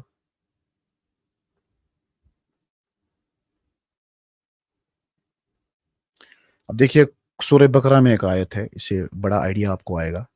سورہ بقرہ میں 165 نمبر آیت ہے کہ اللہ تعالیٰ فرماتے ہیں وَمِنَ النَّاسِ مَن يَتَّخِذُ مِن دُونِ اللَّهِ أَندَادًا, یعنی ایسے لوگ ہیں, لوگ انسانوں کے اندر کہ جو خدا کے سوا لوگ کی عبادت کرتے ہیں. ان نے کچھ ایسے رائیولز کھڑے کیے ہیں, یعنی خدا کے مقابلے میں کچھ ایسی چیزیں کھڑا کی ہے, یا کچھ ایسے انسان کھڑے کیے ہیں جن کی وہ عبادت کرتے خدا کے سوا. کیونکہ یہاں پر جو لفظ آیا ہے نا, وہ آیا ہے یحبو. ایک سیکنڈ میں اس کو زوم کر دیتا ہوں, مجھے دکھ نہیں رہا ہے. یہ یحبونہم کحب اللہ, وہ ان کو ایسے محبت کرتے ہیں جیسے خدا کو محبت کرنی چاہیے. تو سورہ بقرہ کی 165 آیت میں گاڈ نے کہا کہ وہ شرک کر رہے ہیں, مگر کس میں شرک کر رہے ہیں؟ لو میں شرک کر رہے ہیں. یعنی وہ ایسے رائیولز انہیں کھڑے کیے ہیں, ایسے سسٹم کھڑے کیے ہیں, یا ایسے لوگ کھڑے کیے ہیں, یا ایسی کچھ چیزیں کھڑی کی ہے کہ جن کو وہ خدا کے مقابلے میں محبت کر رہے ہیں. اب دیکھیے ایک آدمی ہے وہ نماز بھی چھوڑ رہا ہے کرکٹ میچ کے لیے، چاہے کوئی بھی ٹیم ہو، چاہے سعودی عرب ہی کیوں نہ کھیل رہا ہو. تو یہ آپ کون سا محبت کر رہے ہیں خدا کے ساتھ؟ یہاں سے کرکٹ میچ چل رہا ہے اور آپ کہہ رہے ہیں کہ چلو یار میں نماز ہی چھوڑ دوں گا. سمجھ آ رہی ہے آپ کو بات؟ تو آپ نے کیا کر دیا؟ آپ نے رائیول کھڑا کر دیا خدا کے مقابلے میں محبت میں. اب دیکھیے میں شرک کا فتویٰ نہیں لگا رہا. کوئی آدمی اگر ایک نماز چھوڑے گا یا کچھ نفس پرستی ہوگی یا کچھ ہوگا، حکم عام میں فتویٰ نہیں لگا سکتا، کیونکہ اس میں علماء کے بڑے، یہ بہت لمبی بحث ہے کہ نماز کتنی نمازیں چھوڑنے سے آدمی کافر ہوتا ہے. اس میں بڑے بڑے ائمہ نے لکھا ہے، ابو حنیفہ رحمہ اللہ، امام شافعی، امام حنبل، ان کے پیروکاروں نے، اور شیخ صالح ابن عثیمین نے اس پہ ریسنٹلی کتاب لکھی ہے جو عرب کے جید علماء میں سے ہے. تو یہ بہت بڑی بحث ہے کہ نماز کتنی نمازیں چھوڑنے پر آدمی کافر ہوگا اور کیا کیا اس کی کنڈیشنز ہوگی، شروط ہوگی. مگر میں آپ کو یہ جنرل ایک آیت آپ کے سامنے رکھ رہا ہوں کہ جنرل آیت یہ ہے 165 نمبر سورہ بقرہ میں کہ خدا کہہ رہے ہیں کہ آپ نے رائیولز کھڑا کر دیے خدا کے مقابلے میں. وَمِنَ النَّاسِ مَن يَتَّخِذُ مِن دُونِ اللَّهِ أَندَادًا يُحِبُّونَهُمْ كَحُبِّ اللَّهِ. جس طرح سے خدا کو محبت کرنی تھی، وہ ان رائیولز کو ویسے ہی محبت کر رہے ہیں، حالانکہ وہ خدا کو محبت کرنی تھی ان لوگوں کو. وَالَّذِينَ آمَنُوا أَشَدُّ حُبًّا لِلَّهِ. مگر جو لوگ ایمان لائے تو وہ محبت کرتے کس کو؟ خدا کو ہی محبت کرتے ہیں ہر کسی چیز کے مقابلے میں سب سے زیادہ. صحابہ کرام کو، سیدنا ابوبکر صدیق کو جو تھی وہ محبت خدا کے ساتھ تھی. ٹھیک ہے، سب سے زیادہ محبت تھی. ایسا نہیں تھا کہ بیٹی کے ساتھ محبت نہیں تھی، یا اپنی بیوی کے ساتھ محبت نہیں تھی، یا بیٹے کے ساتھ محبت نہیں تھی. اس کا یہ مطلب نہیں ہے کہ جو بھی آدمی اب محبت کرے گا کسی سے تو وہ مشرک ہو گیا، اب ہر کسی پہ ہم مشرک کے فتوے لگائیں گے. ٹھیک ہے، مگر یہ الٹیمیٹ لو کی بات ہو رہی ہے کہ الٹیمیٹلی آپ کو جو لو ہے وہ کس کے ساتھ ہونا چاہیے؟ وہ گاڈ کے ساتھ ہونا چاہیے، اور ہر کسی چیز سے زیادہ ہونا چاہیے، کیونکہ خدا خود کہہ رہا ہے سورہ بقرہ کی 165 میں کہ والذین آمنوا اشد حبا للہ. جو لوگ ایمان لائے وہ اشد، وہ شدید محبت کرتے ہیں خدا کے ساتھ. سمجھ آ رہی ہے بات؟ تو ورسٹ ٹائپ آف لو کون سا ہے؟ یاد رکھیے، ورسٹ ٹائپ آف لو، یعنی لو کو بھی ہمیشہ پریز نہیں کیا گیا. میں نے کہا نا کہ لو کبھی کبھی پریز بھی ہو سکتا ہے، کبھی کبھی اس کو ملامت بھی ہو سکتی ہے. کسی آدمی کو بیوی کے ساتھ لو ہو گیا تو وہ تو اچھی بات ہے، تو نکاح ہے ان کا. سمجھ آ رہی ہے؟ اب کسی راہ چلتی ہوئی لڑکیوں کے ساتھ بھی ہو جائے گا تو یہ پریز وردی نہیں ہے، یہ بلیم وردی ہے. ہاں اگر نکاح کرے الگ بات ہے. سمجھ آ رہی ہے بات؟ تو سب سے ورسٹ ٹائپ آف لو کیا ہے؟ جو گاڈ کے مقابلے میں ہو. کیونکہ بیٹے کے ساتھ کسی کو محبت ہے، کسی کو اپنے باپ کے ساتھ محبت ہے، تو یہ گاڈ کے مقابلے میں کہاں ہے؟ ہاں گاڈ کے مقابلے میں تب ہوگی جب باپ کہے گا بیٹا آج نماز مت پڑھ، آج میرے ساتھ آ جا، اور جان بوجھ کے یہی کہہ رہا ہے. تو اس ٹائم پہ اس نے کیا کر دیا؟ اس نے گاڈ کے لاؤ کو جو ہے وہ پیچھے کر دیا اور باپ کے لاؤ کو آگے کر دیا. تو یہ ورسٹ ٹائپ آف لاؤ ہے جو گاڈ کے مقابلے میں ہو. یہ میں آپ کو مثالیں دے رہا ہوں، اس میں کنفیوژن بھی ہو سکتا ہے کچھ لوگوں کو. اب وہ کہیں گے ہم کسی چیز کو لاؤ ہی نہیں کریں گے، اب وہ لوگوں کے ساتھ نفرت کرنے بیٹھیں گے یا اس کی گار میں بیٹھ جائیں گے. تو اس کا یہ مطلب نہیں ہے شاید کا. اس کا مطلب یہ ہے کہ جب آپ گاڈ کے مقابلے میں کسی کو لاؤ کرو گے، اور ظاہر سی بات ہے کہ گاڈ کے مقابلے میں لاؤ کرنا وہی ہوگا کہ آپ گاڈ کی کمانڈ چھوڑ کر ان لوگوں کی کمانڈ اب مار رہے ہو. جیسے خدا نے جو ہے وہ 5 نمازیں آپ پہ فرض کی، اور آپ نے ایک بھی نہیں پڑھی کسی کے لاؤ میں. اب ظاہر سی بات ہے کہ اس میں اب بہت سچویشن ہو سکتی ہے. یعنی کوئی تو آپ کو جان بوجھ کے نہیں کہے گا کہ آپ دن میں 5 وقت نمازیں مت پڑھو، تو وہ تو آپ کی اپنی غلطی ہے. مگر پھر وہ دل ہی ہے جو آپ کو بتا سکتا ہے کہ آپ کتنا پرائرٹائز کرتے ہو گاڈ کے لاؤ کو. تو یہ بڑے پیچیدہ مسئلے ہیں، یہ آپ کو علماء سے جو ہے وہ پوچھنے پڑیں گے. اس طرح سے ان کا حل نہیں ہے، مگر میں آپ کو یہ شارٹ میں سمجھانا چاہ رہا ہوں کہ سورہ بقرہ کی تفسیر علماء نے یہی کی ہے کہ جو لوگ گاڈ کے مقابلے میں رائیولز کھڑے کرتے ہیں اور پھر ان کو لاؤ کرتے ہیں جیسے گاڈ کو لاؤ کرنا چاہیے تھا، جیسے مشرکین وغیرہ ہے. ٹھیک ہے، تو یہ چیز جو ہے یہ بڑی خطرناک ہے، ورسٹ ٹائپ آف لو ہے. اور گریٹسٹ لو کیا ہے جس کو پریز کیا گیا ہے؟ سب سے گریٹسٹ ٹائپ آف لو کیا ہے؟ سب سے گریٹسٹ ٹائپ آف لو ہے گاڈ کو لو کرنا. اور سب سے زیادہ اسی کو لو کرنا. جیسے پیغمبر علیہ السلام کا جو گریٹسٹ لو تھا وہ گاڈ کے لیے تھا, اور صحابہ کرام کا بھی جو لو تھا وہ گاڈ کے لیے تھا. ٹھیک ہے.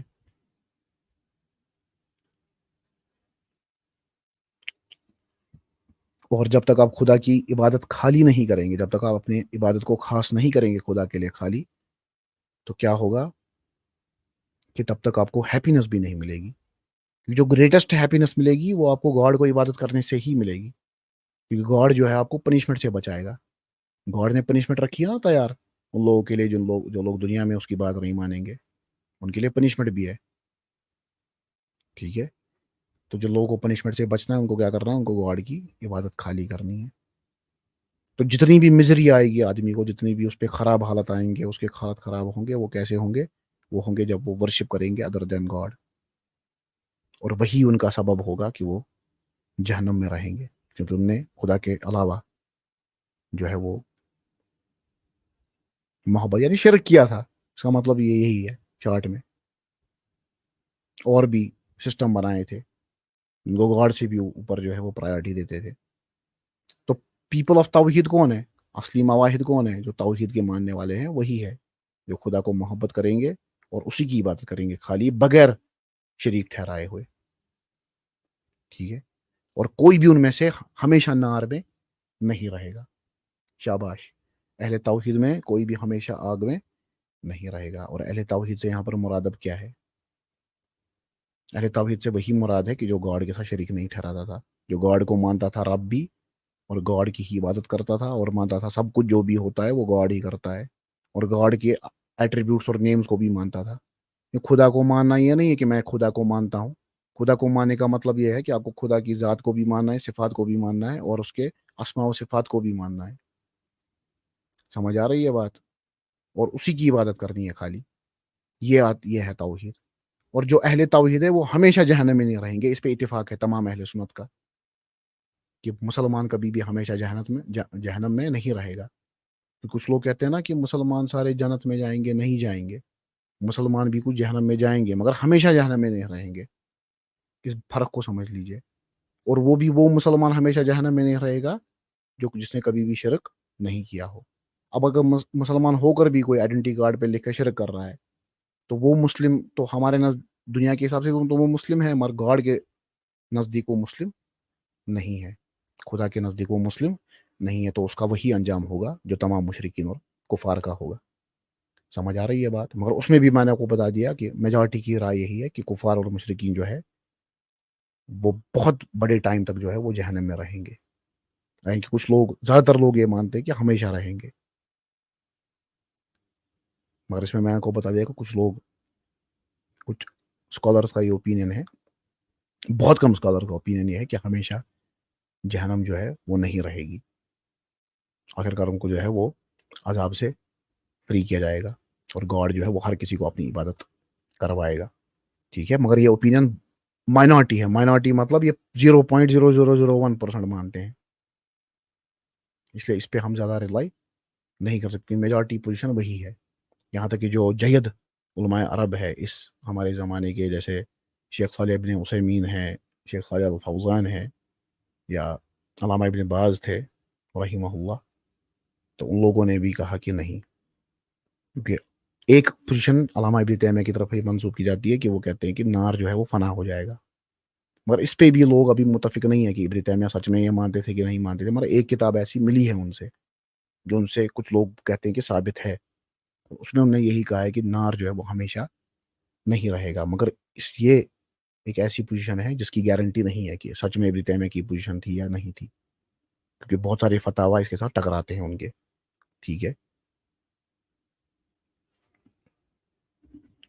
تو پھر بھی اگر ہم رکھیں گے, اگر کوئی آدمی یہ بھی مانے گا کہ نکالے جائیں گے, ویسے مانا تو نہیں ہے, اور پھر بھی بہت لمبا عذاب ہوگا. اس پہ تمام متفق ہے کہ بڑا عذاب ہوگا.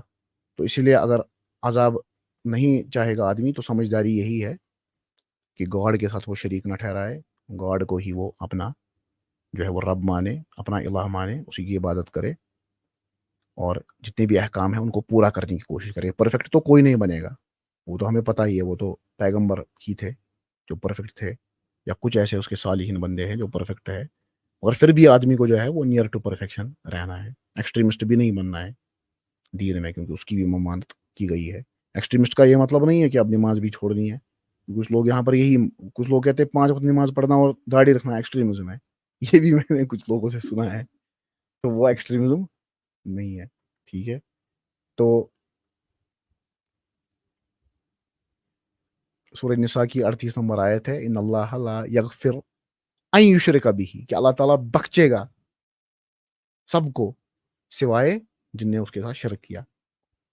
تو جتنی بھی قرآن میں کمانڈمنٹس آئی ہے خدا کو محبت کرنے کی، اور مظاہر کیا ہوں گے پھر خدا کو محبت کرنے کی، یعنی کوئی آدمی کہہ رہا ہے میں خدا کو محبت کر رہا ہوں، اور وہاں سے اذان ہو رہی ہے اور اس کے کانوں میں جوں تک نہیں رینگ رہی ہے، تو وہ محبت کا بس دعویٰ کر رہا ہے، ٹھیک ہے۔ اور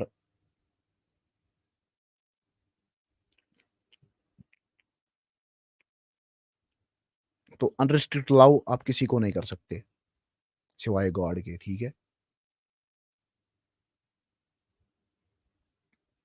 تو قرآن جو ہے، قرآن کی بہت ساری آیتیں اسی پہ ہے کہ کس طرح سے آپ کو محبت گاڈ کو کرنی ہے، آپ انریسٹرکٹ لو گاڈ کے سوا کسی کو نہیں کر سکتے، اور بہت سارے قصے بھی اس پہ جو ہے وہ قرآن نے قصص بیان کیے ہیں قرآن میں، تاکہ لوگ ان سے جو ہے وہ ہدایت پکڑے۔ اور ہر کسی نبی کی، ہر کسی پیغمبر کی یہی کال تھی کہ آپ جو ہے وہ خدا کو خالی جو ہے وہ عبادت کرے اس کے، عبد اللہ ما لکم من اللہ غیرہ، سورہ آراف 59 نمبر ورس، ورشپ اللہ، یو ہیو نو ادر الہ بٹ ہم، تمہارے اس کے سوا تمہارا کوئی الہ نہیں ہے، یعنی اسی کی عبادت کرو۔ تو مشرکین جو تھے وہ کیا کرتے ہیں، وہ خالی خدا کی عبادت نہیں کرتے، وہ بھی مانتے ہیں خدا ہے، وہ بھی ایک سپریم کو مانتے ہیں، مگر وہ عبادت خالی اس کی نہیں کرتے، بلکہ انہوں نے اس کے مقابلے میں بہت سارے جو پارٹنرز ہیں وہ کھڑے کیے ہیں، ٹھیک ہے۔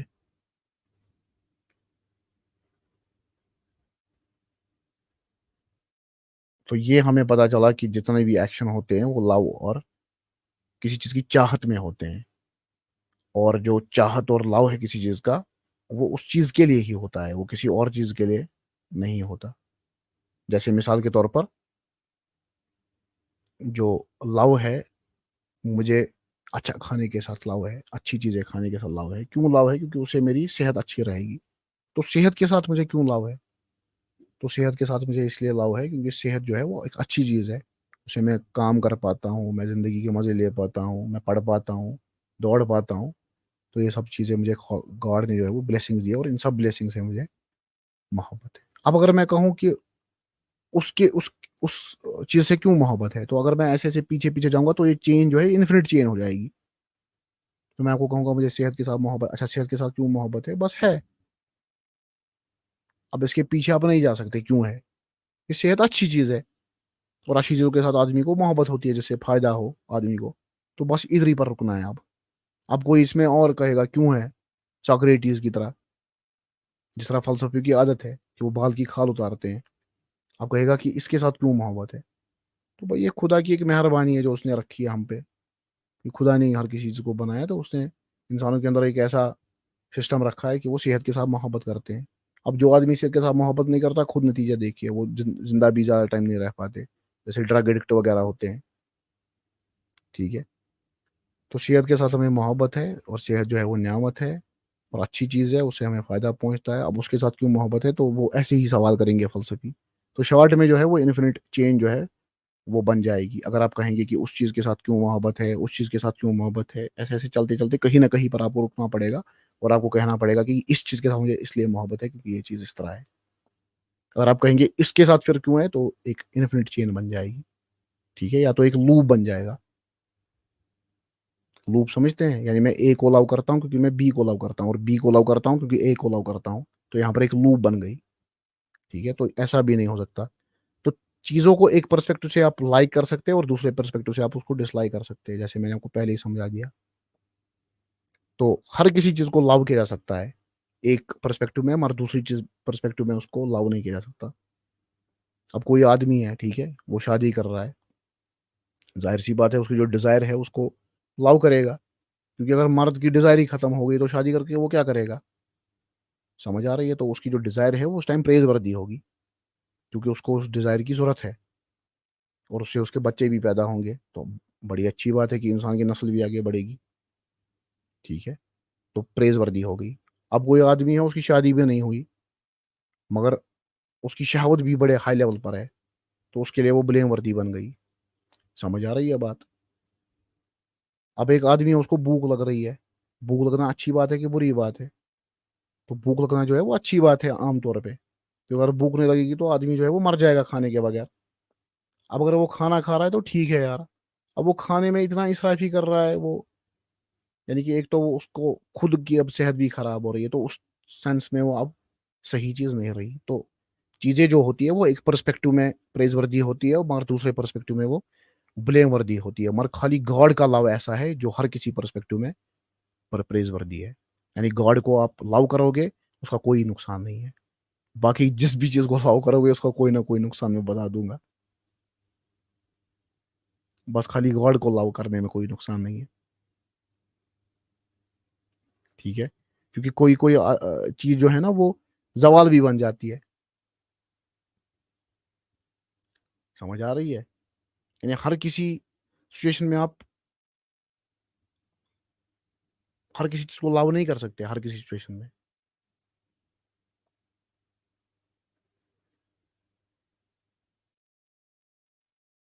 جیسے میتھ کو لو ہے، آپ کو میتھمیٹکس کے لو ہے، مگر جس دن آپ کا جی کے کا پیپر ہوگا تو میتھ کیا آپ کی مدد کر پائے گا؟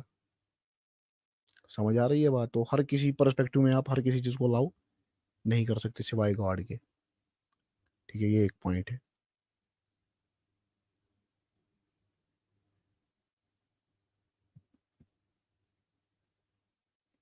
تو اسی لیے جو ہے وہ الوہیہ کس کے لیے ہے؟ وہ خالی کس کے لیے ہے؟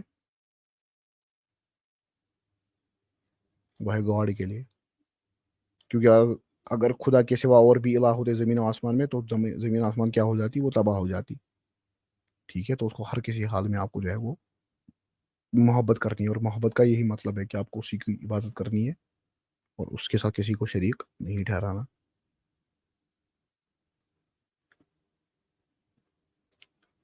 اب اس میں بہت ساری اور باتیں ہیں جو انشاءاللہ میں کسی اور دن آپ کو بتاؤں گا، تو آج مجھے لگتا ہے اتنا جو ہے وہ کافی ہے، بس میں لنک شیئر کر دے رہا ہوں، اور کسی کو آنا ہے تو وہ آ سکتا ہے، بس میں 2-3 منٹ ویٹ کروں گا، اور کوئی آ جائے گا تو انشاءاللہ بات کر لیں گے، اور آج کے لیے جو ہے وہ اتنا کافی ہے۔ انشاءاللہ اس کو ہم آگے بڑھائیں گے، لو اور ہیٹ کی سیریز کو، اور اس میں ابھی بہت ساری چیزیں ہیں جو ہمیں اور بھی پڑھنی ہے اور سیکھنی ہے انشاءاللہ۔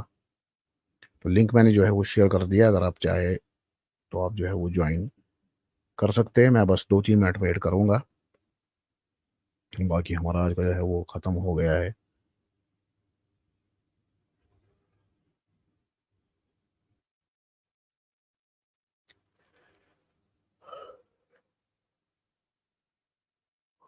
ٹھیک ہے بھائی، آنا چاہتا ہے کوئی؟ کیونکہ میں یہاں پر دیکھ رہا ہوں کہ 2 آدمی دیکھ رہے ہیں شاید، فردین بھائی آئے ہیں مگر ان کا اچھا ٹھیک ہے، ہو گئے کنیکٹ۔ اور کوئی ہے بھائی؟ اچھا ادھر 0 ہو گیا اب، اچھا دوسرے بھائی جو ہے وہ بھاگ گئے۔ جی فردین بھائی فرمائیے۔ السلام علیکم بھائی. وعلیکم السلام۔ How are you, brothers? I am fine, how are you? I'm fine, alhamdulillah.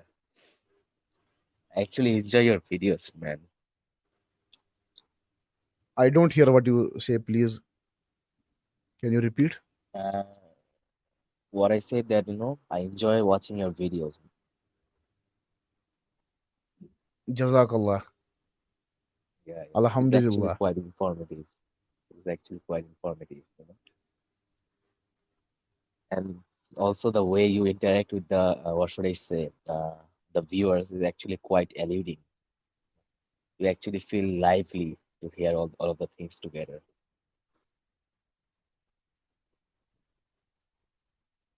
Yeah. Thank you very Brother, much, what is Fardin bhai, for your comments. Obviously, obviously, you This is deserve it. I mean, what are you going to stream in your what are you going to feature in your next stream, brother?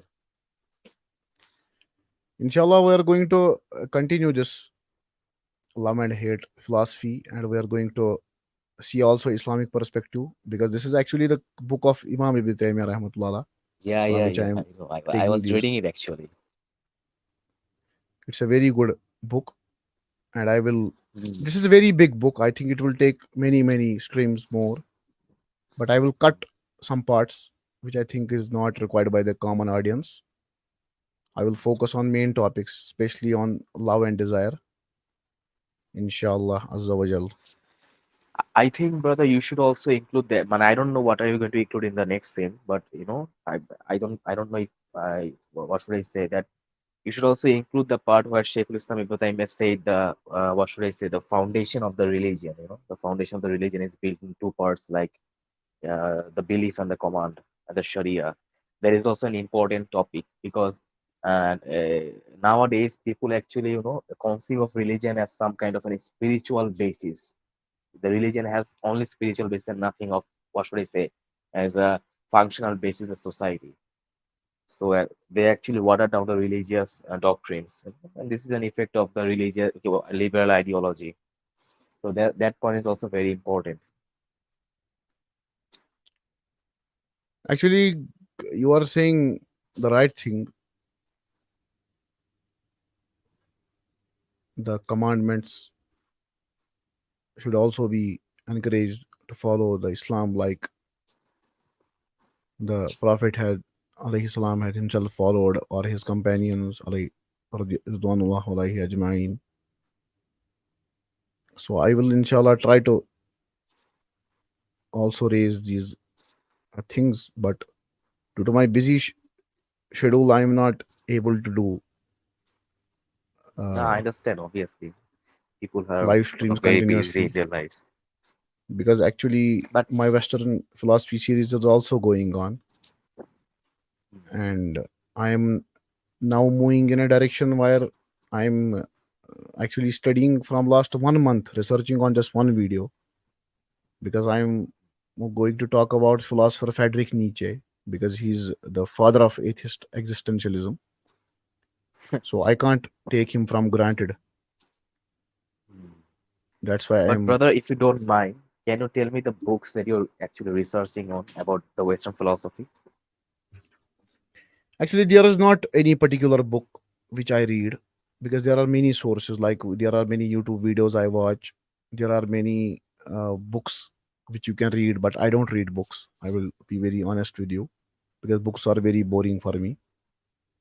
Yeah. I usually read from Britannica, Wikipedia, and learn from the philosophers already that are making videos. But later on, I combine various ideas, and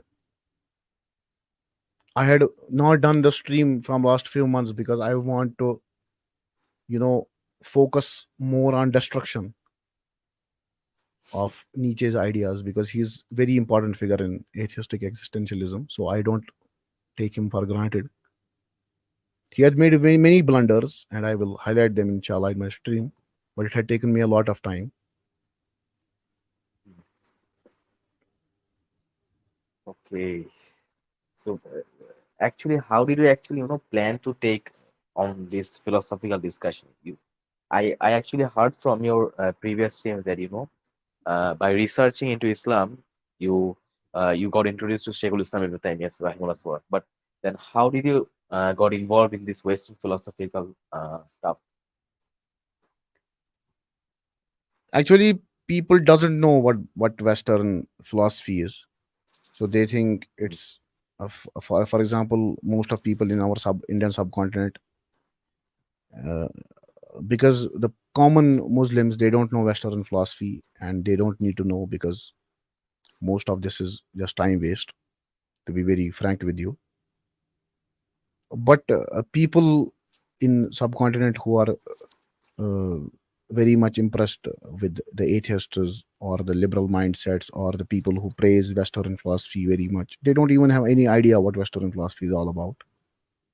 So I thought that if I read Western philosophy, if I tell people what this is all about, how there is, much focus is on later on when we start from Descartes, etc. There is focus on epistemology rather than ontology. We have a lot to learn from Western philosophy, and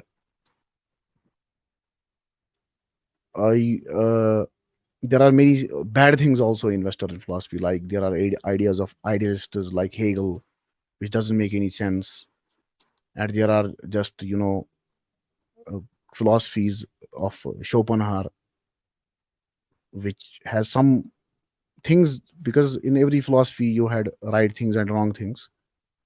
But I want to show to the people, look what this philosophy is, because the heretics of Indian subcontinent had uh, the impression that philosophy is something that is, they have no idea what this is, to be very frank with you. And they have Mm. presented Nietzsche as some greatest philosopher of all time, The although prophet of the atheist. he has no nonsensical ideas, which are very nonsensical, literally.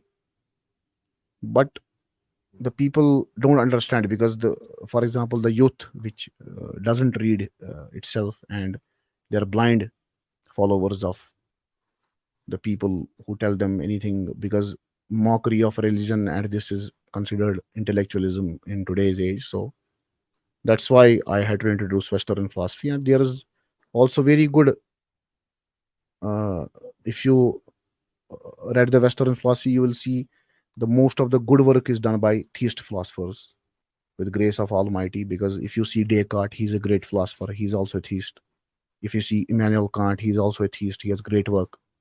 He has some sensible philosophy to offer to people. David Hume, he's a nonsense philosopher in many senses. He doesn't make any sense.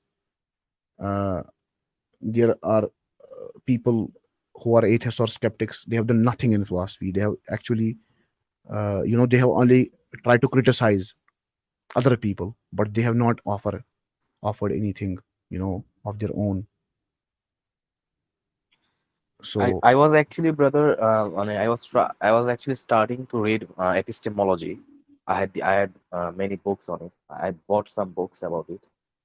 So, what is your advice on seeking knowledge on a seeking guidance from this, or seeking us structured knowledge from this kind of field? there is no epistemological basis in philosophy. If you go deep in epistemology, there is a problem in philosophy known as Manchwasan trilemma, Yeah, because yeah, I heard that. philosophers say that if you justify some knowledge, you have to justify it by philosophical method.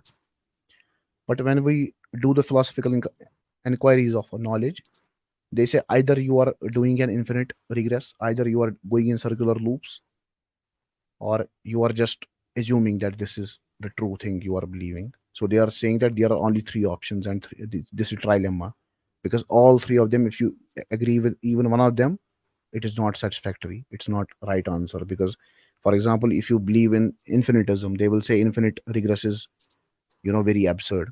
If you believe in circular, so they will say no, this is circular, this is logical fallacy, you can't justify A is true because B is true, and B is true because A is true. You can't justify truth like that. And then they come to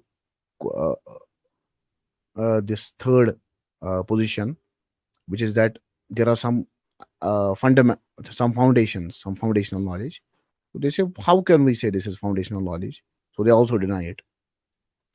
So they say that there is no justification for knowledge. So this is actually this has been addressed by recently by a researcher named Dr. Nazir Khan, who is uh, who Then, brother, then how should we actually, define evidence? Like, when I say this supports this, actually, I was actually researching about this thing. This was the main foundation of my what should I say, the problem that I saw.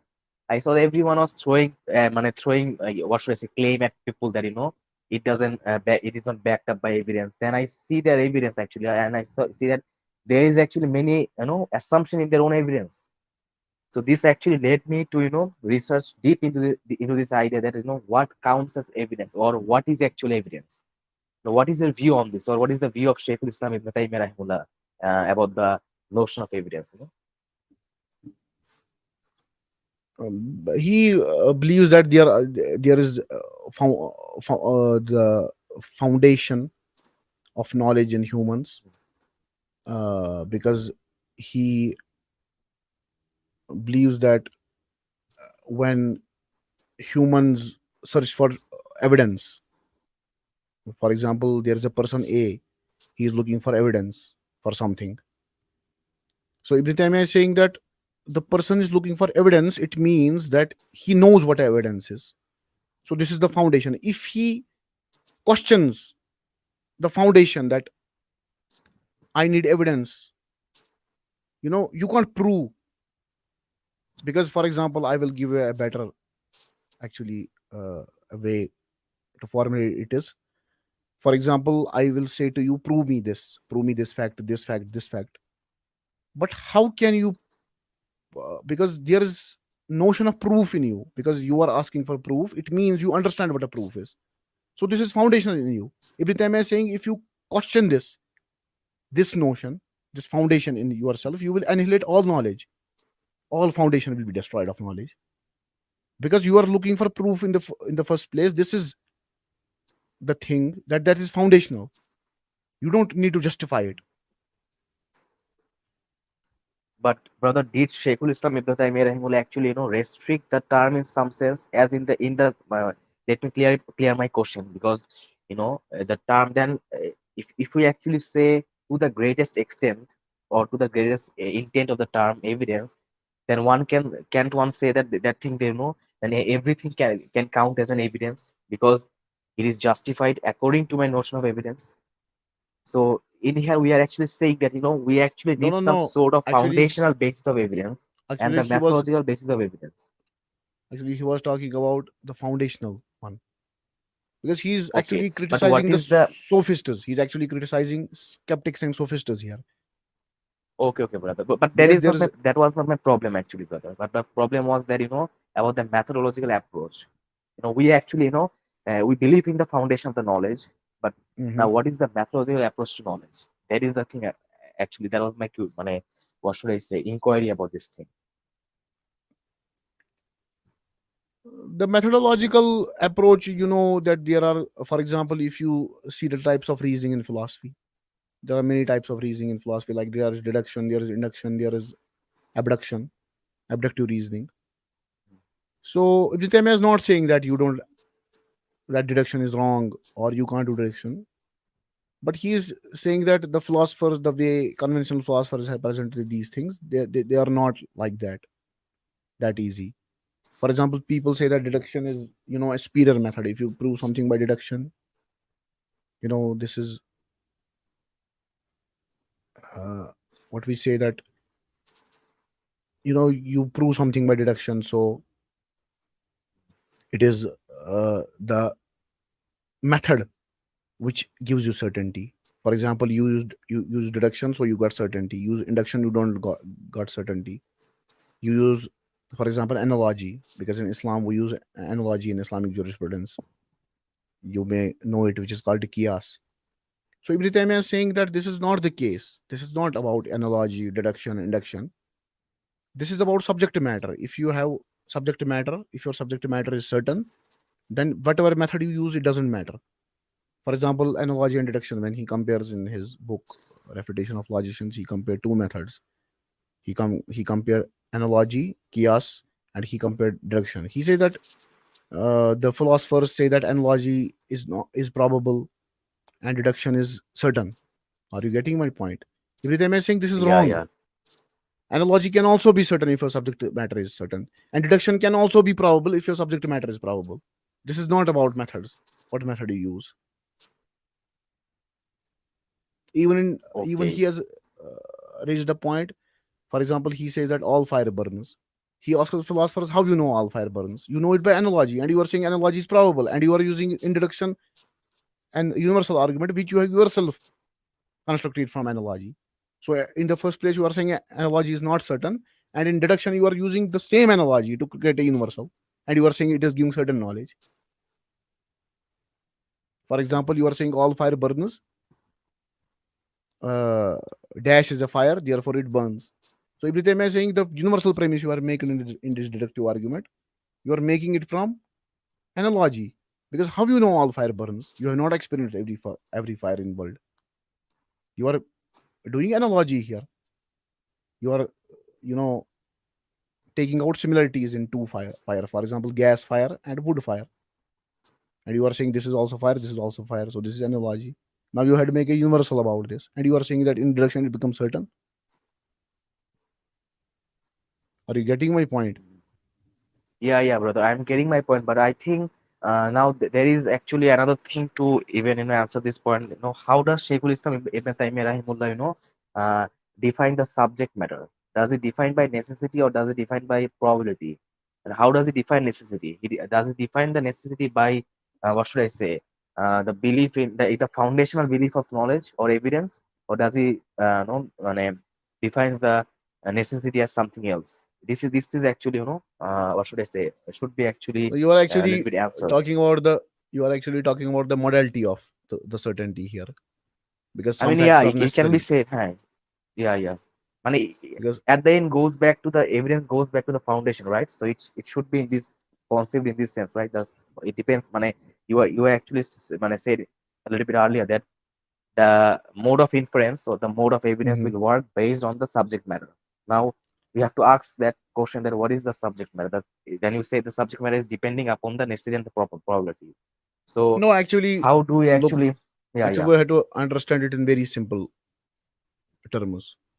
We have to give Mm, simple yeah, yeah. examples so that even common people can understand. And I had understood myself in this way. The thing that, for example, Prophet ﷺ said that all that inebriates is prohibited, all that is intoxicant. For example, everything which makes you, inebriates, like नशा जिसको हम कहते हैं उर्दू में, कि जिस चीज़ से भी नशा Yeah, हो yeah. वो हराम है. All inebriates are prohibited. Now, by analogy, you can say that brown sugar is also prohibited, or the modern day drugs which which make very negative effects on your health and on your consciousness, and you don't even have full control over your mind after doing these kind of drugs, etc. So we are doing these things by analogy, because we don't have the direct hadith or any Quranic verse which says that brown sugar is prohibited, but we are doing it with analogy, because Quran has give a general statement, or hadith has given a general statement that date wine is, for example, is prohibited. It's a hadith. Now, can you apply this to grape wine or not? This is done by analogy. And what you do in analogy, now you are looking for illat. Now you are, listen to me very carefully. You are looking for illat here. Illat matlab, you are looking for cause. What is the cause which is making this thing haram? For example, Prophet ﷺ say everything which inebriates is prohibited. Now, when Fuqaha discuss this matter, they say that sharab, alcohol, for example, there is grape wine. So, what characteristic of grape wine make it haram? Does its color make it haram? Does its smell make it haram? Or does the property of intoxication make it haram? Mm, For example, there is appy drink. If you are from India, you know that there is a appy drink. yeah. Its color is like alcohol, but is it haram? No. No, because this is obvious that color doesn't make it haram, because color is not the illat here which is making it prohibited. Because prophet had said it inebriates, which Yeah. intoxicates you. So here the fuqaha say that okay, color is this, smell is this, so smell and this is not the cause. The cause is नशा करने की जो property है वही इलत है. تو جس چیز میں بھی یہ علت آئے گی وہ حرام ہو جائے گی. اب چرس میں وہ علت آ گئی تو چرس بھی حرام ہو گیا. سمجھ آ رہی ہے آپ کو؟ تو یہاں پر جو سبجیکٹ میٹر ہے نا وہ Okay, brother. یہی سبجیکٹ میٹر ہے کہ کاز کون سا تھا. اب دیکھیے لوگوں نے کہا آل مین آر مارٹل. ٹھیک ہے, Socrates is mortal therefore sorry all men are mortal, Socrates is man therefore Socrates is mortal. تو آل مین آر مارٹل یہ کیا ہے؟ آل مین آر مارٹل اس کا مطلب یہ ہے کہ ہم نے انالوجی کی. ہم نے کہا کہ فلانی آدمی مرا, یہ بھی مرا, یہ بھی مرا, چونکہ یہ انسان ہے تو یہ بھی مر جائے گا. سمجھ آ رہی ہے آپ کو؟ یہ ہم نے انالوجی سے بولا. Yeah. اور جب ہم نے دوسرا پریمس لایا کہ ساکریٹس بھی مین ہے تو there for Socrates is mortal. اب اس میں دو پہلو ہے. پہلا پہلو ہے کہ یونیورسل کیسے بنا کہ آل مین آر مارٹل, وہ بنا انالوجی سے. دوسرا جو ہے نا وہ سپرفلس ہے. کیونکہ جب ہم نے کہا نا آل مین آر مارٹل تو اس میں خود بخود ساکریٹس بھی آ گیا, اس کو لکھنے کی کوئی الگ سے ضرورت نہیں ہے.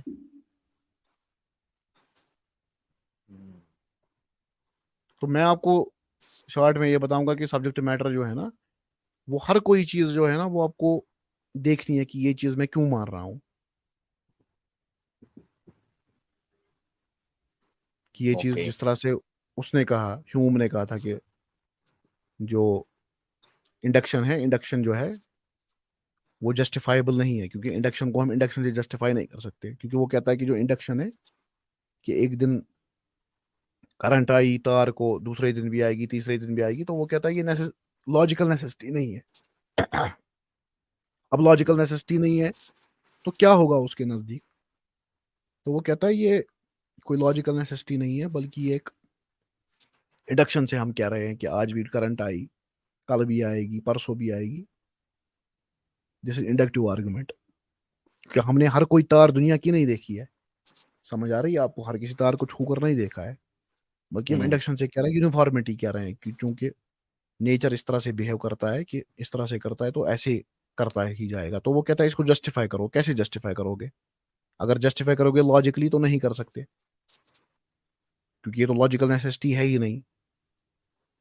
کوئی ڈیڈکٹیو آرگومنٹ تو تمہارے پاس ہے نہیں اس کے لیے جہاں پر تم یہ کہو کہ میجر پریمس ہے, مائنر پریمس ہے, اور کنکلوژن یہ نہیں کر رہا ہے.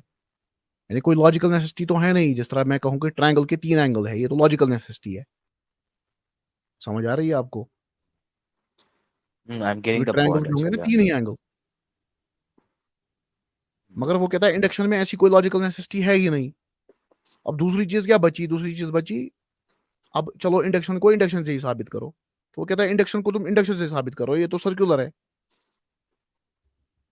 تو ہیوم نے وہی کیا جو اسکیپٹکس کا طریقہ تھا نا, اسے وہی طریقہ پھر اس میں بھی لایا, اور لوگوں نے کہا بھائی دیکھو اسے پرابلم انڈکشن کھڑی کر دی, نیچر یونیفارم رہے گا, اس کی کوئی دلیل نہیں ہے.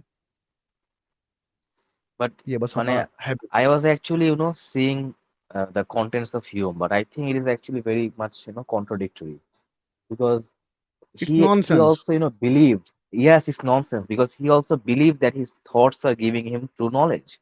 That's why he was thinking that the thing, what was producing his belief that, that thing is induction, that thing is deduction. He was actually, No, actually, believing this thing. You we can can actually say agree that thing him also to him. in that this is not a, because we don't I mean, yeah, say we that. can also agree with him. That's a belief in unification of nature, but we can also agree with him. There is no problem with that.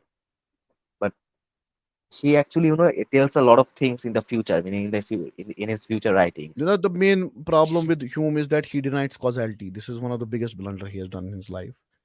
Because, for example, if you are saying that nature is not uniform, okay, let it not be uniform, because it is uniform for now, but we can't guarantee that it will be uniform in the future, and neither we need to guarantee, because we believe in God. We believe that God can do Yeah, anything. yeah.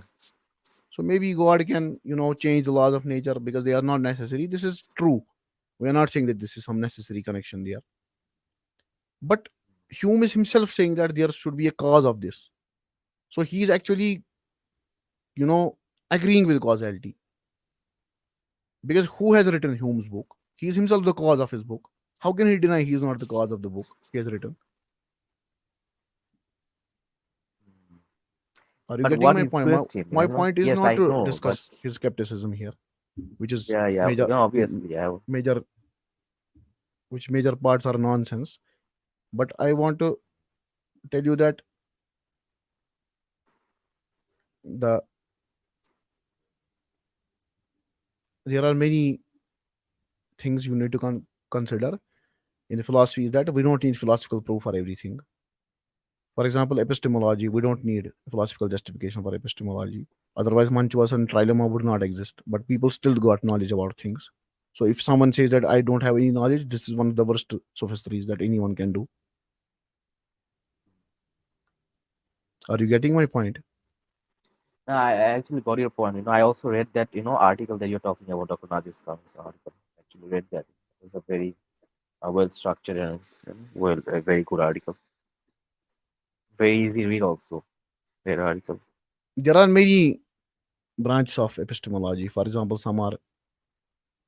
some believe in foundationalism, some believe in correspondence theory of truth. They say if because this goes now into the truth. What is truth? So there are many opinions of philosophers on this. Some say if you say something about, for example, you say sky is blue and sky is really blue, so this is correspondence theory of truth because your statement is corresponding with the observation. And some there is not only correspondence theory of truth, there are many other branches you can check on internet that many philosophers believe different things about truth, what truth is. So this is very, a very, what you say, वसीय decision है ये ना, क्या बोलते हैं इसको, ये inquiry है. Yeah. मगर एंड पे Ah, सबको पता है कि जो oh, sure. फलसफी है, कुछ फलसफी ऐसे है जो सोफिस्ट्री के उस्ताद है, जैसे ह्यूम वगैरह. समझ आ रही है आपको? तो Yeah, yeah. फिर No, I कंट्राडिक्शन भी get आता है your ना इनकी point. बातों में. Hmm. जैसे आप नीचे को पढ़ेंगे, नीचे देखेंगे, नीचे मानता है परस्पेक्टिविज्म को. नीचे कहता है जो परस्पेक्टिव है, परस्पेक्टिव से फ्री कोई नॉलेज नहीं हो सकती. तो ये बात तो सही है उसकी, मगर वो 2 कदम आगे जाता है. वो कहता है ट्रुथ जैसी कोई चीज है, इसका मुझे नहीं पता ट्रुथ होगा कि नहीं होगा. Then it is not समझ आ रही also है a आपको बात? perspective, right? He is also claiming something universal from his perspective, right? तो वहां पर उसने दावा कर दिया ना कि जो ट्रुथ है वो नहीं करता Yeah, एग्जिस्ट. yeah. ट्रुथ जो है वो हर किसी, जिस तरह प्रोटैगोरस ने कहा था man is the measure of all things, तो उसने नॉलेज को रिलेटिव बनाया था. उसने कहा था जो भी चीज मैन कहेगा, मैन ही मेजर है. Yeah, I read his work. Man is the, scale of all things. I actually heard that. नीचे Aristotle ने was वही actually आइडिया refuting him. लिया है और नीचे ने कहा है कि जो परस्पेक्टिव है, परस्पेक्टिव से फ्री नहीं हो सकती नॉलेज. वो उसकी बात सही है कि मेरा भी अपना, मैं जिस सब कॉर्डिनेट में रहता हूँ, किस मुल्क में रहता हूँ, वो इन्फ्लुएंस करेगा मेरी नॉलेज को. मैं किस माहौल में पढ़ा हूँ, किस कंटेक्स में मैं जिंदा हूँ, इससे फ्री तो नहीं हो सकती मेरी नॉलेज. मगर एंड पे कहना कि ट्रुथ है ही नहीं, और ये कहना कि ट्रुथ है ही नहीं, तो इसको भी तो वो ट्रुथ मान रहा है, तो ये भी तो एक ट्रुथ ही बन गया.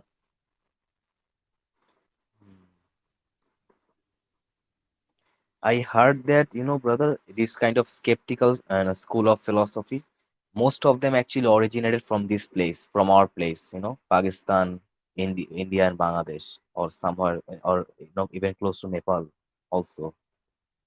I actually, I was actually reading their works, like, even there was another school like Jainism. There's a religion by the name Jainism. I read his work. He was actually a skeptical philosopher. I saw his also position. Then even Buddha also, he was also he contradicted himself by many times. Many of the skeptical philosophers actually was founded in this region.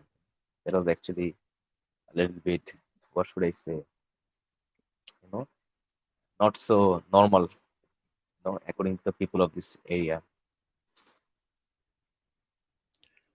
No, actually, skepticism is the position which can't be defended because a skeptic has a certainty that on skepticism, anyways. So he's also certain on something that he Yeah. doesn't know anything. So this is also one kind of certainty. There are many other critics like Ibn al-Jawzi has written a book named Devil's Deception. He has talked about these groups, or Imam al-Juwaini has talked about the 4 groups of sophists. Ibn Taymiyyah has written many things about sophists. But even today, people are right, but nobody care about sophists, what sophists think or skeptics things, because nobody take them serious. So Brother, brother, how do you access Shaykhul Islam Ibn Taymiyyah? Because many of his works are also in Arabic, right? But do you know how to read Arabic? no, I don't read his yeah, Arabic works, because I don't read Arabic. I can't read actually Arabic, Yeah, yeah. so I have to depend on translations. But I had read his like Minhaj Sunnah. I had read in Urdu. Ghulam Ahmad Hariri Sahab from Pakistan had translated it, and there are many other great books of Shaykh al Islam like Iqtida Sirata Mustaqim.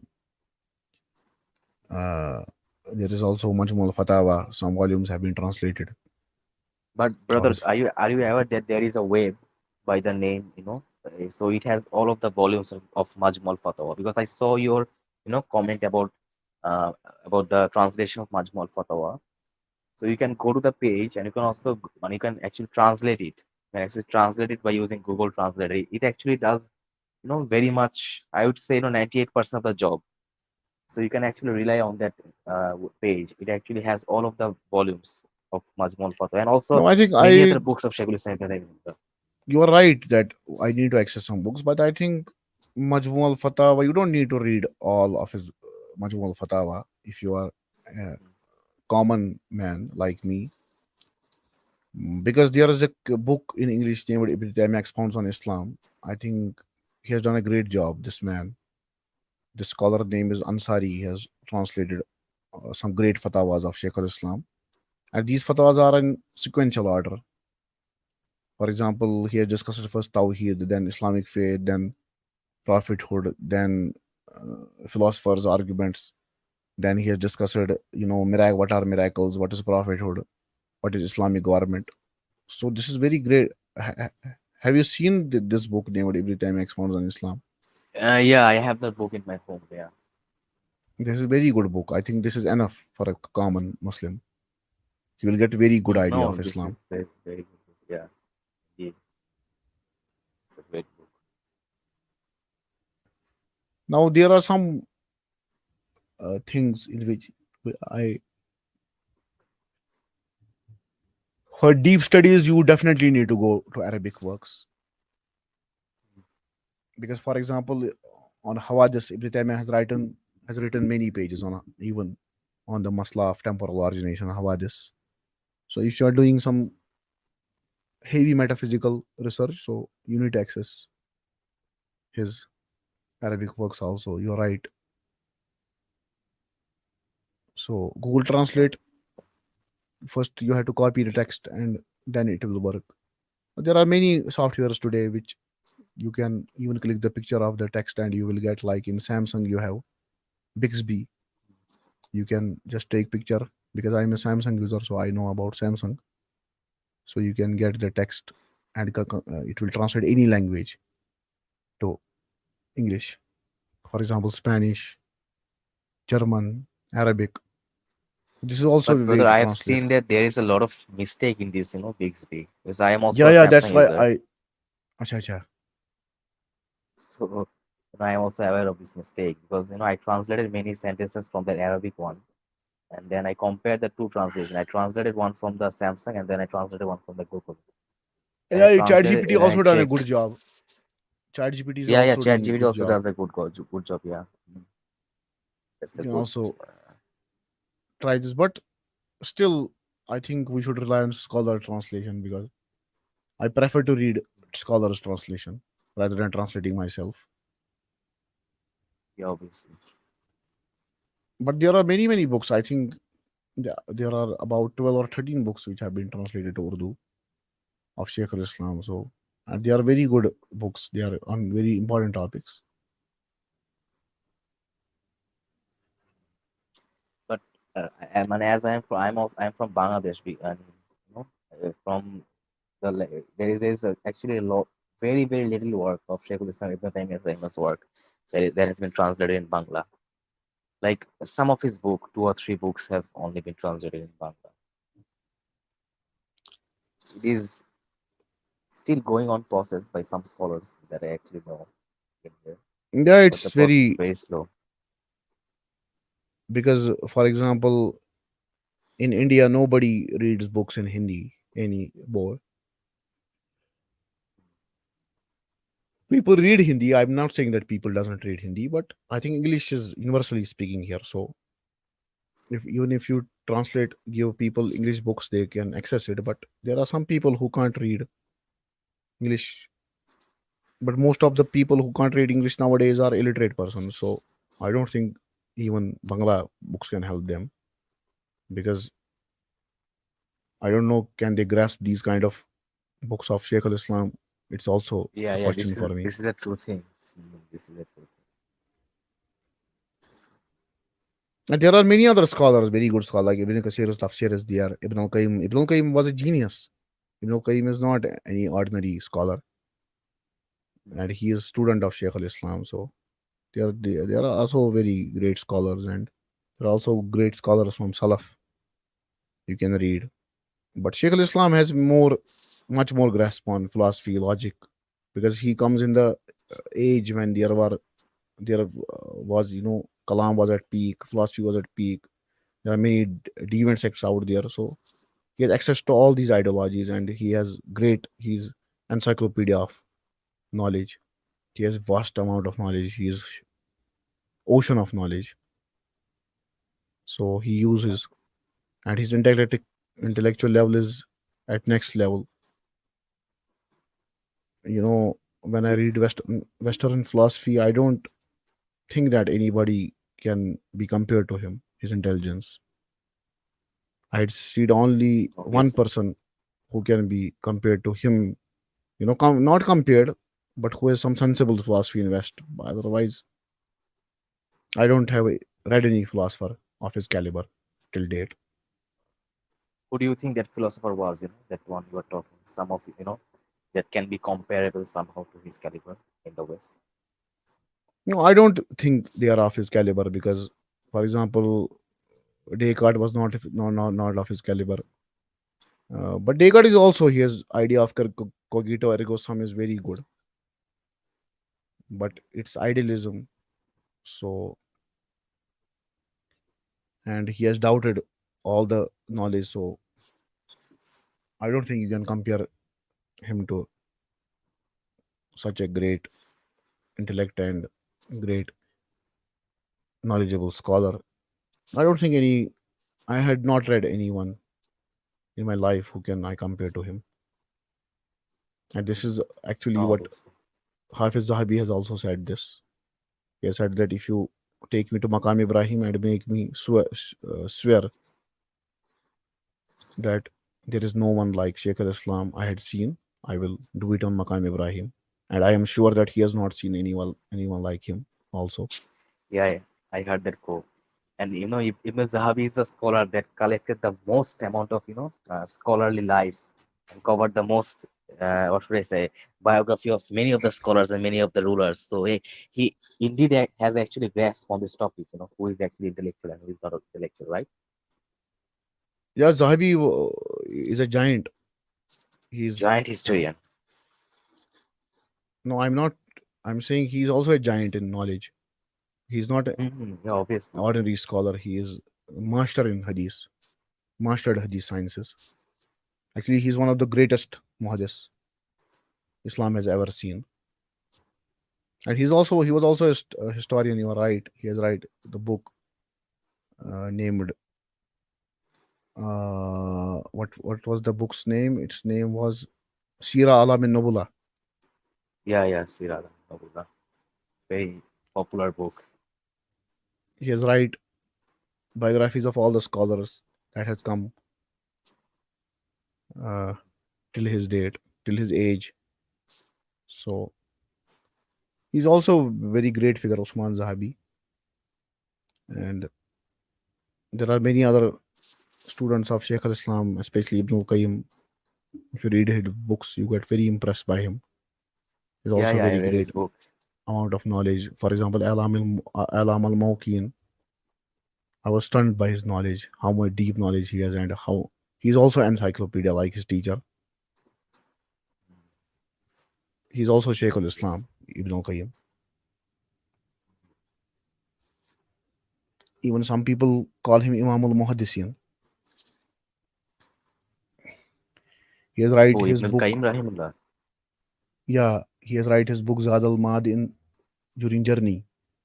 He has no access to books or neither to Hadith book, neither to any manuscript of Quran. He has write it by memory, Zad al-Mad, and it's one of the best biographies of Prophet al-Islam till date. While he was in journey,